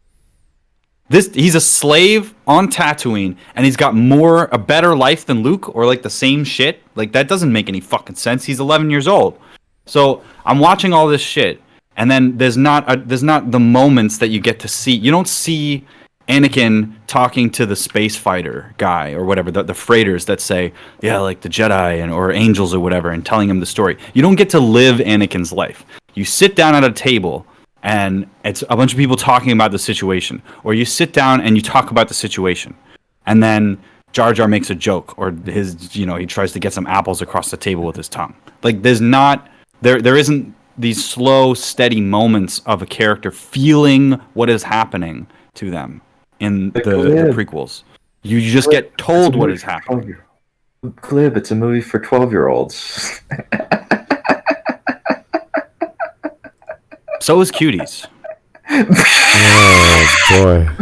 I thought it was a movie for pedos. That's probably what it is. Well, isn't it MA? Like, kids are like not allowed to, like, should not be allowed to see it or something. It's a movie for 12-year-old adults. Mm-hmm. Okay. So it's a movie for asinine morons who have weird sexual preferences. Yes, but the Phantom Menace, it's like you're trying to combine too many disparate ideas. In the OT, you have Uncle Owen and Aunt Beru as skeletons, right? That's the precedent. That people can be killed, and then, they'll just be... You can see their corpses. Or somebody will get their hand cut off. Or, somebody will fall into a pit that they can't get out of. And it's like, there's some brutality, And the Phantom Menace, and Attack of the Clones, and Indiana Jones 4, they have exactly what I think Mike from Red Letter Media pointed out, which is like the older versions of George Lucas and Steven Spielberg, who want to make movies for their kids, are making milquetoast trash that is afraid to shoot a guy in the face. It's afraid to stab a dude and have the blood come out of his mouth. It's pussyfooting around the actual weight that made it interesting in the first place. And for that, I just hate what they've done with the place. They turned a nice, mature thing that was for a kid, for a teenager, for an adult to discern over, and not too bloody, not too much of this, not too much of that. But they turned essentially what was the original story of the Grimm's fairy tale into the Disney version. And that makes it more shallow, and it makes it less interesting to me. And it makes it less weighty. Good. Let the hate flow through you. Debunk the happiness. Yes. At last we will reveal ourselves to the happy people. Did you know that stream from Mahler went on to like 8 in the morning? I woke up the next day, like today, and I was like, We're still on. Still going on. Holy jeez. I didn't know AT-AT Was the chat. AT-AT chat the entire time? AT-AT chat video, yeah. Wow. Holy jeez. It was his parody video, so obviously they took because they thought it was obviously it was attacking Mahler, obviously, but yeah. I mean, AT-AT chat seemed like I thought they were watching. They They must have been watching multiple videos, because when I first looked in at them, they were covering what's it called, the throne room one, where it's just measuring cuts, and then everyone was screaming, "Get Shad in, get Shad in!" It's like, yeah, we already tried that. He's already seen it. Because we have to get to talk Shad. about. We have to get Shad for something that's worth his time. Yeah. You guys have to understand that. Because I felt really guilty, because again I had history with Shad, so I could kind of pull that card once. It's like, hey Shad, we kind of know each other a little bit. Do you want to come on? And he's like, oh yeah, sure, that'd be fun. And then he comes on. It's like, oh fuck, I feel like I've just wasted his time now. Oh fuck. I'm pretty sure what I've seen, AT-AT chat really wanted to be covered by EFAP. Like for some reason, he just really wanted to be EFAP'd. And he got his wish. He confused us with EFAP. It's like, he wanted to make a stab at EFAP, and then he's EFAP. They just want to bully me or something along the lines. It's like, yeah, EFAP hasn't covered you, mate. That was us. Well, I mean, the thing is that we haven't called in like Baller to come on or Rags or anything like that, because it's like, well, if they could just cover any of the videos on EFAP, right? We have to have something that's worth approaching somebody that I think would be good for both the audience and for the content creator. That Shadiversity video was clearly effective, because before that, I think Mahler was trying to avoid AT-AT chat, and then there you go. We got an EFAP the other day that covered the same video as us, and that was fun. Got a shout out on in there. Did we? Yeah, absolutely. I think we're all friendly, obviously, and as somebody that, you know, I think everybody here knows entertainment, all that kind of stuff. If you're a Comicsgate guy, go on to Literature Devil's Morning Nonsense stream, right? Because he's going to give you that Comicsgate thing. If you want to talk about any of the videos that we put on Smudcast, right, then come on Smudcast. That's a, you know, if you're a content creator that wants to link up or something like that, I think that's the idea. I think that's generally how it works. That's the idea, but we've seen two that were more than willing to come on, and then excuses, and then we just got the silent treatment from Jesse Gender. So that's why we always. That's why I always say on air, come on. That's why I said it to Xander Hall. That's why I said it to Jeremy, and that's why I said it to Jesse Gender and the other person that was going to come on that didn't come on, because it gives them the opportunity. And then the out becomes your way out too. Because if they don't want to show up, that looks bad on them. It's like, hey, look, we're here. And they can go away and say, oh, we're a bunch of chuds, wherever. But to be honest, I wanted to ask Jessie Gender positive questions about Star Trek to try and connect to her as a fan. Because if we're both fans of Star Trek, if we're both fans of the Federation's ideals, then the Picard and Kirk thing to do is have a sit down and talk about it. Now, I don't want to be blamed for being. I'm a boisterous personality. I understand that. I don't necessarily like to hear my own voice, but I do like to hear a conversation. I like to be a part of a conversation. But I'm not out here to slander and say shit about anybody that I don't think is like, that I don't know for a fact has offended the audience that they're trying to play towards. Like a Lindsay Ellis, when I was talking shit the other day, like she came out and said a whole bunch of shit where she deserves that kind of thing. Jesse Gender, I'm not so sure. So, and I want to have a conversation. So, it's up to them. What did Lindsay Ellis say? Was it like J.K. Rowling stuff, or what was it? Well, she's coming around and she's all about like, let's cancel J.K. Rowling. And I'm like, let's cancel Lindsay Ellis. She made a rap about rape. She did all this shit when she was with the nostalgia chick. Mm-hmm. Yeah, Logan, Logan knows me so well. Anyway, I remember like the other day, AT-AT chat said, you're just too coward to have me on. Look, I messaged you, Shiny, saying that, I wanted to come on Smudcast and talk after you invited me, but then you went silent. Oh, because you're too scared of me. It's like, no, I showed him my Twitter DMs. Is like, I haven't received a message from you.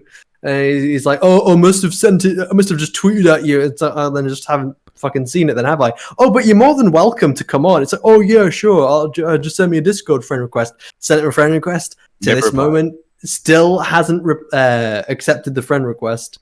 It's like AT-AT chat's the one who's afraid, who's scared. I then tweeted him several times, as like, still waiting. If he and really he wanted just to. happens to not. No, So it makes a big deal trying to say, oh, look, they didn't want me on because they're scared of me. They talk a big game. And it's like, no, okay, here's an invite. Oh, he's too scared to accept the invite. Oh. All they would have to do is send me a DM, send anyone a DM, really, if they really, really wanted to. And that's the thing. With Jessie Gender, she seemed really nice. She was up and about. She was just busy. But then she became busy again. And then she became busy again. And then she stopped communicating entirely. And then she just happened to needed I'll be there next week, and then a week after that, week after that, kicking the can down the line. But here's the thing: is like with AT-AT chat, you go, okay, Mr. Chat, what is it exactly you want to talk about? What's your problem? That's what I'd want to know. Like, why are you so upset about Mahler saying this? Why are you so upset about us doing this? Why do you think it's acceptable to go after Smud's channel because he's using your content in the fair use way when your channel is based on fair use content? And then brag about like, he looks like he mostly streams. It looks like I could get him into some trouble and he won't be able to stream for 3 months. Ha ha ha. That's a very douche move. So, I'm going to try and fuck up this guy's content. All right. don't think any of us would even think like that. It's what if we had the option to like stop anyone we cover from like releasing a video for 3 months? I don't think any of us would do that. I don't think any of us would even if we did, like, wouldn't even brag about it. It's kind of the unwritten rule of YouTube. It's a dick move. Don't false flag. It's kind of the unwritten rule of YouTube. The worst thing that I do is call you names and insult you. That's like the worst action. I don't care. Go make money. Do whatever you want to do. Don't call the people that I know in a fandom that don't like something a bunch of names like that they're not. That's what I'm saying. I mean, if you want to make a character judgment, say this person's just trying to monetize the anger at the movie, I'll be like, you know what? That's probably true. They do want to monetize criticism. They're making money off of the people's discontent. That's fine. But please don't keep calling people racists, sexists, Nazis, whatever, because they're not, clearly. When they say that they're not, why don't you believe them? All this shit. It's like, stop trying to go behind people's backs outside of the conversation, trying to get to dox people, trying to deplatform them, trying to go back into their history, find something that they said. When did this person say the N-word? Let's kill him. Like, that's what I'm sick of, and that's why I am going to talk shit about somebody, because they're either denigrating people and slandering and libeling them, or they're denigrating the art and craft that I care about by dismissing people. We talk about like people like what happened with Doomcock, where people, some fucker, I can't remember his name now, constantly just trying to somehow prove that Doomcock is a Nazi by saying, "Oh, look at this channel. He's like mildly similar. Let's try and say this Nazi is actually Doomcock." But anyway, Glib, obviously when you're being mean to people, you haven't heard the age-old saying, sticks and stones may break my bones, but obviously words of violence. Sticks and stones may break my bones, but Susan Wojcicki. Exactly. All right. Well, I guess we're halfway done. Let's keep on going, I guess. Universe. The man had 180 seconds to grab the attention of kids and adults alike in order to make them invested enough to purchase a $12 movie ticket down the line. And in my assessment, these limitations imposed on the Clone Wars microseries narrative unlocked the best parts of what Star Wars could be. Where the core prequel trilogy is bogged down by hemorrhage-inducing dialogue, and it gets everywhere. The microseries avoids that by literally just not having dialogue half the time. I mean, I don't think that's purely focused on relaying important information through video. So prequels has bad dialogue, so don't do dialogue. What kind of fucking sense is that? You just don't have time. Yeah, I would say it's more of a time thing than a like, don't do dialogue. Obviously, the prequels did it bad. There's no way to possibly do dialogue well. I think he's just summarizing the idea behind the medium that he's using to tell a story, as opposed to just don't have it. That's not a philosophy of the animator. That's just what he's doing. So it's kind of like a short story. A short story, you only have, 20 pages or so to tell a story. You can't fill it up with Less the maximum length for a short story is like 7,500 words. Right. It's insane how short it is. It's a 20-minute reading experience, essentially. So you're looking at this thing going, okay, what can I do? What kind of plot can I write? I don't have much time to write complex characters, and you don't. So you have to work with what you got. And that's where you tell a really tight story. And that could involve dialogue. Some of the ones I've read don't involve any dialogue, but were excellent. They were a page and a half. So it's what you're doing with the time you've got. And that's why it's fast, it's action-packed, we get what it's going for, it's stylized to have that, the faces are very, caricatures? They're very, the chins come out really well, the eyebrows are big. It's very focused and very fast. And yes, there is dialogue at times, but only if it works with what's going on action-wise. So I like that idea. I like short, little, tight stories, whether they're visually focused or otherwise. And I think it just works very well with the concept of Star Wars as a space opera and doing short... think of, short treks from, was it Discovery for Star Trek? Like that. Well, Short Treks were its own show based on Yeah. using a lot of things already existing from, like, a lot of assets and sets and stuff which Yeah. are being used in Picard and Discovery and all Can you that. imagine that being done for the Next Generation or DS9? It would be silly. It would be like, why? To an extent, they did do mini episodes or mini shows or like smaller productions in Star Trek. They're now in beta canon, and most of them have been lost or just kind of forgotten about. Dave Cullen actually did a pretty good video covering some of the best mini Trek series that have kind of been forgotten now. Well, look at let's say DS9. Some of them have been even like interactive stories. The characters in DS9, we could say, you know what, that could possibly work. But Voyager, probably not. There's not much depth to those characters, or if there is, it's only Janeway and 7 and 9, and I don't know, the other characters don't seem to have much else to them.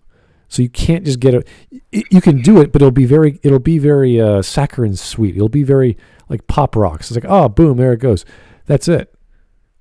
But if that's all Star Wars is, which is a very quick, simple thing in the first place, all surface level sensationalism with obviously some overarching stories, then great, it can work well. And that's kind of meeting the medium with the actual content.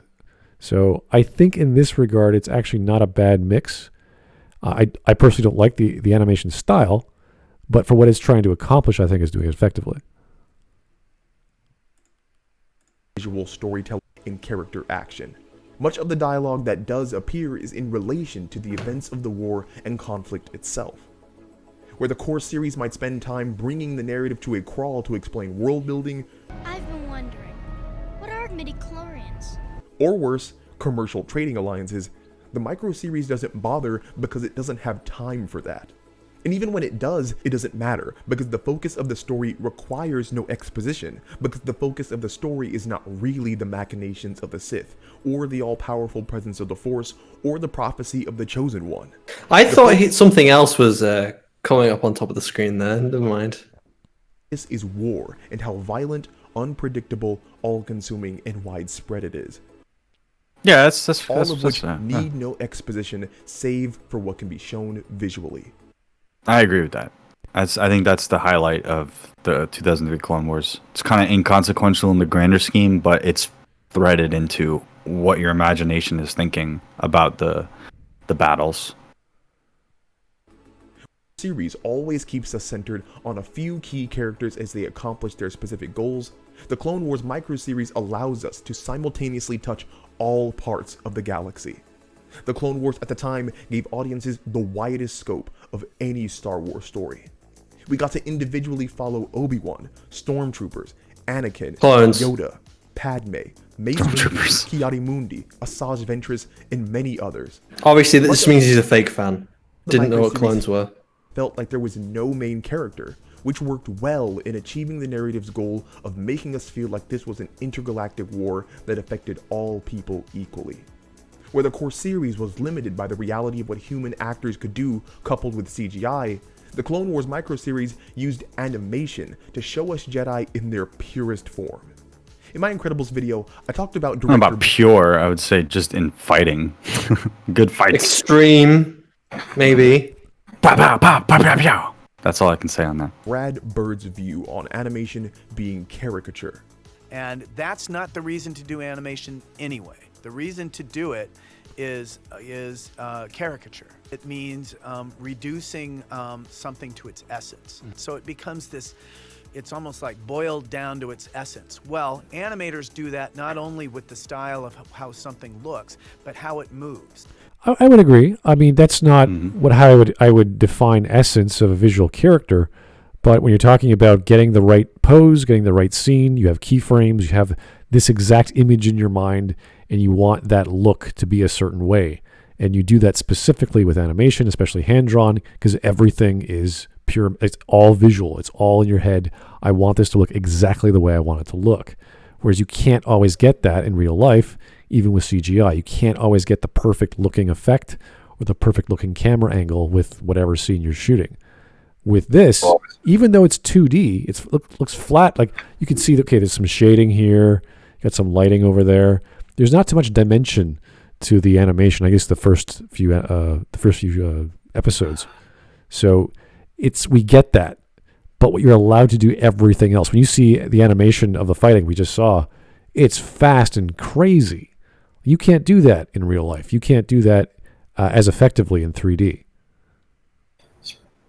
Yeah, especially not with like, say, a live action actor. You'll have the Spider-Man problem where he looks like millennial rubber. Right. Compare that to a video game like Arkham City or even the Spider-Man games, where Batman's doing really amazing acrobatics and what is it? Was it the wire fu sort of fighting? Well, not really. No, it's more like he's just jumping around like everyone's a pinball. Like he's a pinball in a pinball machine. He's just bouncing around them, like that sort of effect. You can't really get that in real life. You could get some of that if you wanted to do it in animation, though. And that's where the strength of animation comes from. You can draw whatever you like. 3D, you're still limited. It's not completely limiting, but you're still limited in comparison to 2D.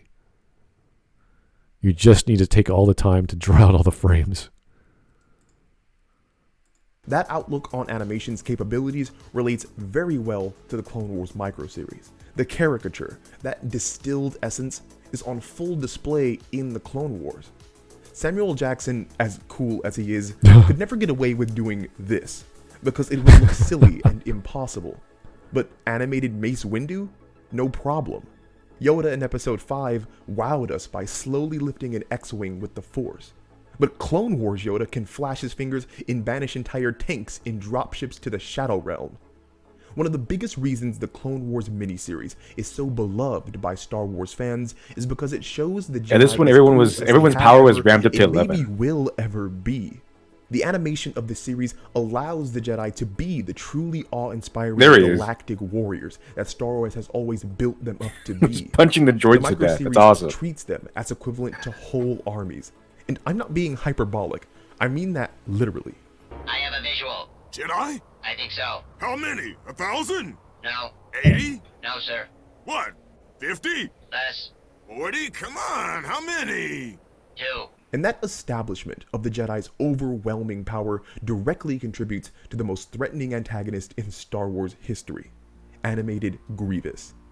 So much time had been spent building up the power of the Jedi. I think I'm officially bored. Animated Grievous. Squadron of them is Animated Grievous is awesome. As any viewer could imagine. The micro series created a Grievous was any antagonist we had seen before in Star Wars. He had a knife and he knifed the guys. He's really good at it. He's got 4 blades. Woo! Handled more like a horror. I think Jedi Shaggy's the first to die in this sequence. Yeah, he gets stomped. Typical villain, and all that works on a narrative level to establish his character and the menace behind it. The Clone Wars Grievous is a bone-white, dead-eyed behemoth that will hunt you no matter where you are, and he's gonna get kill you in ways you didn't think possible. He's gonna kiss you. And even Grievous was used as a tool for visual storytelling. His training against Dooku cements just how powerful the Sith are. Grievous was a character that could take down whole groups of Jedi, yet he seemed almost powerless next to the fully fledged Sith Lords. All these pieces that I mentioned worked together to create a finished product that Star Wars fans had never seen before. And Genndy Tartakovsky and the rest of the creative team achieved this by understanding just how their fiction would be delivered to their audience. And just curiously, to then bring a criticism of just Glib to sort of like reuse it. Why was this never like in the original trilogy then? Why was none of the... Just reword it. Why would none of the crazy stuff you could do in these films, the prequels, sequels, Clone Wars series... I don't think you can do any of this.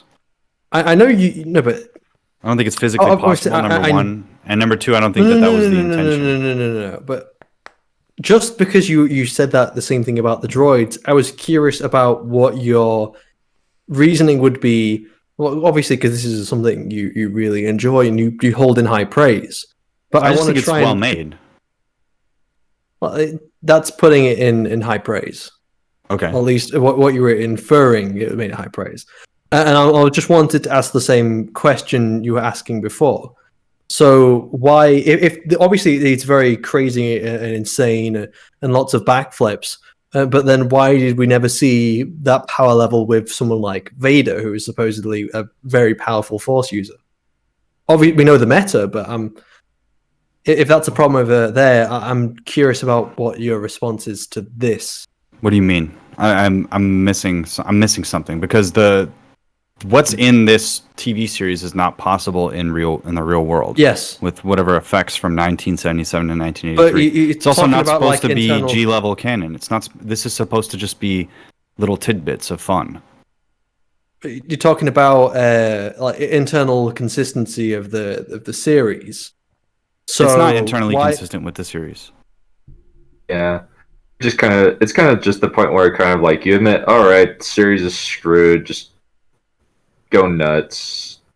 Don't break it any further. Don't destroy the characters. Just kind of let it be what it is. I think is the main thing I'm thinking about it. I was just curious. Audience. When their time frame was 3 minutes per episode, they recognized how tight and to the point each had to be. And in the third season, where each episode became 12 minutes, they adapted in kind to create a larger underlying narrative that explored Anakin's struggle with self-control and corruption. To bring this video back full circle, I am still not trying to say that Star Wars doesn't work as films. But what we as fans have seen, and what writers should pay attention to, is the difference in what the films accentuate versus what the other mediums accentuate. The Mandalorian was such a huge success because it focused on an investigative tale about a hardened warrior taking care of a small, ultra-important child. This narrative isn't new by any stretch of the imagination, but what made The Mandalorian so interesting was using the Star Wars setting in concert with that concept to show us a side of the fiction we hadn't seen before. The core movies of Star Wars tread these deep, big picture waters of entire galaxies in peril, of inarguable good versus objective evil, and revisit such topics continuously across 3 separate trilogies. The setting itself becomes the focus of the conflict because the conflict puts the setting at stake, therefore oftentimes robbing many of the individual characters room to breathe, properly develop, or be appreciated by the audience. But like The Mandalorian, the Clone Wars micro-series succeeds because the setting is merely there to give interesting context to the focal point of the fiction. In this case, war. We spend time with individual characters and see them each in true, unique conflict. And even though I might have spent only a collective 8 minutes with Shaak Ti, I felt more for her in that time than I did across all 3 movies with General Hux. The Clone Wars micro-series is Emmy award-winning because at the end of the day, Genndy Tartakovsky more or less succeeded in following the mold of Band of Brothers. A narrative about characters struggling through war, but just inside of Star Wars. Sector 4 needs reinforcements. We are being overrun. Repeat, we are...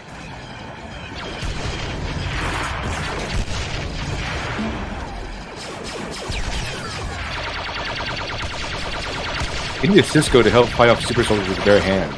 Anyway, thanks for watching all the way to the end. If you enjoyed that the was video, cool. Make sure to like, comment, and subscribe. Oh, that was If you want to quick. check out some of my more casual content, make sure to look at the second channel. I'll put a link in the description. Et voila. Fantastic. Simple stuff. Nothing too complicated. Yeah, I think one of his critiques was that Star Wars might do better in short-term media, short-term story, short-term narrative, just like he did with the Genndy Tartakovsky did with the micro series. But I think that what actually is the case is that just write good stories. That was the thing that's been lacking with Star Wars, is that it so happens to be the movies who are the focus, and the movie is getting a lot of attention. And because they are the focus, the main engine of the Star Wars franchise. And unfortunately, since the prequels onward, we've been getting subpar scripts, and the sequels in particular being particularly horrible, insulting. This is the fact that, in comparison, Genndy Tartakovsky, he knows how to put together a narrative. He knows how to characterize people through both action and dialogue. So it's not really a comparison of this is a better medium because it's shorter. It's a comparison of these are written terribly and these are written well. Mm-hmm. Well, with the idea of having the proper medium and the proper time or length of a video or whatever piece of content you want to produce, you really have to focus your writing. You have to focus, okay, this scene has to be about this and nothing else. I don't have time to talk about politics. I don't have time to have a kid fix a car. I don't have time to do all this other crap. I have to talk about war, and that's it. And that's all of what the Clone Wars is. So it has a focus that the movies don't have, and that's one of the many problems of writing that George did, or lack thereof. I would say I really don't think he wrote those things. I really just think he asked a bunch of people to make some sketches, and he conjured up a bunch of scenes and put them in order, and that's all he did. I don't see how a writer would compose a story that way, in the way he did it. So I really have to put the blame on George and how this stuff came together. I can look at the sequels, and say those are a slightly different problem, but it still comes down to this writing is not any good. And maybe if JJ was given more limitations, I think he'd have a tighter script. I think he'd have, same with Rian Johnson, say, Ryan, don't do anything crazy. Just give us a tight script, and we'll see what happens. I think a lot of stories would work out that way, especially if they had the editors or the lore masters, whatever you want to call the writing team, in the writer's room saying you can't do this. This is not lore specific. This breaks lore from the previous show, etc. So you need some restrictions on these writers or creators, whatever you want to call them, to make stuff and within the medium they know. And I think Ryan is a very capable director. I just don't think you just don't give him the writer's room. You don't give him the script and have him do whatever he likes. I think that's a bad idea. And don't give him freedom. Ironically enough, the best way to spark creativity is not freedom; it's constraint. Also, don't. That's false creativity. But then there's also the point where you put too much constraint on someone where it's literally impossible for them to make any kind of story. If you need a happy medium, there's too much. There's such a thing as too much constraint. If there are tens of millions of dollars at your disposal, or hundreds of millions of dollars, you have way too much freedom already. I mean, that's more than enough. Don't make it so that you have to cut 2 hours out of your already way too long movie, which is 2.5 hours. Even without the limitations, but the whole thing about forced creativity is that it often, at least the definition I would use, is times where the constraints force you to have a better outcome than what you would have had without the restraints. But the thing is, even if you had the restraints, you could still theoretically come up with the outcome. I'm trying to remember what game it was that had a very ghastly, terrible draw distance. I think it was Silent Hill. And the reason why it was so smoky was because they couldn't get a good render distance with the engine, the console. So instead, what they did, put smoke everywhere. And then because you could fucking see shit and you couldn't see the villain, it made it such more an interesting game to play. So much more scary because you don't actually know where the fucking villain is. It could, at any time, could fucking just come out and kill you. Scary. There you go. Better than what you would have had before if you had no smoke. Because otherwise you'd just slowly be limping away from the antagonist that wants to kill you. Well, I found it relaxing. This was a nice video to watch in comparison to our other videos we usually cover, which are pain-inducing or outright hilarious. Interesting. For the wrong like reasons. Lovecraftian. It's like Lovecraftian gazing into the abyss. Well, some YouTubers, yes. But this was rather on point. I think he was focused. We pretty much agreed with a lot of what he said. There were some minor grievances, of course. But good stuff. Thanks for the recommendation. I don't know who gave that to us, but thank you anyway. Savage Books is pretty decent. Oh, there's Voice. How you doing, Voice? You there? Sir? Voice? He's trying to get this voice meter program working. I don't think it's going to work. Voice made a beep. Oh my god. He's communicating. Is it Morse code? Can you use Morse code? Yes, Morse code. 1 beep for yes, 2 beeps for no. Voice, make 2 beeps. Are you okay? He seems to be dead. But that sound there, I think that's the sound it makes when you pick another device. Oh, right. Okay. All right. Well, I'll be happy to play around with Voice's configuration settings to make sure he's okay. So he can talk to us soon. But I think we're having movie night, if we all agree, on Tuesday, if we have the time. I don't know what time exactly, but sometime after lunch would be nice. We're watching. We are watching Mulan 2020, guys. Oh, fuck. I forgot about that. When is that? Tuesday. I am going to enjoy tearing apart the asinine battle plan in that movie again on camera this time. Plan? They had up on it. It's just the asinine battle. Wait, voice. I hear you tapping your mic. Hello? Voice. Hey. Goodbye, everybody. Goodbye. Voice, you have literally made it at the end. Well, I figured it out eventually. Your voice sounds better. Does it? Oh, yeah, it actually sounds better than before, but maybe that's just me. Voice meter. Hey. Fantastic. All right, well, Voice, just so you know, we're having movie night on Tuesday. Unless people can't make it, we'll reschedule. But I think Right, that's fellas, I'm here. Let's get started with Smudcast. fantastic. Sun has arrived. First Now there it's was the aftercast. First there was Space Cowboy, now there's Shining in the voice. Shining in the It radio. doesn't help the fact that I spent the last 4 hours getting drunk with Chase Face before figuring this out. Oh, you're on Ecom. I was on What Ecom. name? Oh dear. I was on Ecom watching girlfriend reviews and getting drunk with Chase Face. It was remarkable. Oh dear, girlfriend reviews, fun times. I don't think you want the word "cum" and girlfriend reviews in the same sentence. You throw in Chase Face and it's a lovely time, I promise you. Chase Face is a pretty cool guy, I have to admit. He's great. He's also a big fan of VR, so I've got to give him that. On the scale of like the people we've seen, how bad is girlfriend reviews? Is she like Maggie Mae Fish bad, or is she more like just right bad? She's not as bad as Maggie Mae Fish. No. Dear God, no. She has the hot take problem where she will take her first impression and run with it very, very hard. So she did that with The Last of Us 2, which just drove me nuts. And yeah, I think, did we cover that video? I think we did. So yeah, we covered one of them, but she's very much my themes and my deep plot. Good. Big ideas, blind to the bad mechanics. Big Gideus. All right, gentlemen. I think it's a wrap. How's that?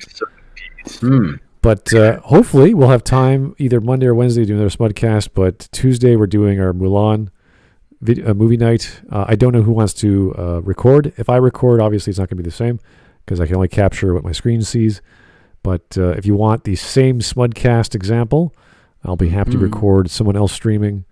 That'll work too. It might be better to try StreamYards because that was what I used for the Star Trek one. Oh, okay. And I got a good outcome with that. No problem. Let's do that. I use StreamYards. Like I have unlimited StreamYard stuff since I pay for it. Okay. So, well, if somebody else like streams the video, I can just record it and then send it to whoever wants it. All right, that works for me. It doesn't really matter because I'll be happy to supply the content, whether it's the movie or the video recording. Doesn't bother me. But thanks, guys. Hopefully this will work out on Tuesday, get as many people as possible, and try not to be too drunk when we start the film because that's gonna. I have a question. Are we still live? Yes. All right. So thanks for tuning in, folks. Send your suggestions to the suggestions channel on. It's going to be great. It'll be a fantastic movie night. You know, the days are getting colder. You got to stay indoors, keep snugly, get some hot cocoa, whatever you do to keep warm these days. I'm sure get some whiskey before you watch that Mulan movie. Oh God, yeah. Spike your hot cocoa with Baileys or something. I don't know. I'm gonna be sober the whole time. I'll buy some rum. Buy some rum. Special occasion. I think Voice is already well stocked, so he's all set. But yeah, it's bourbon for me. Voice, you're not far away from me. Can we share? He's of all course, socially distanced, of course. He's all liquored up, so it doesn't matter. All right, everyone. Thanks for coming in, and we'll talk to you real soon. Good night.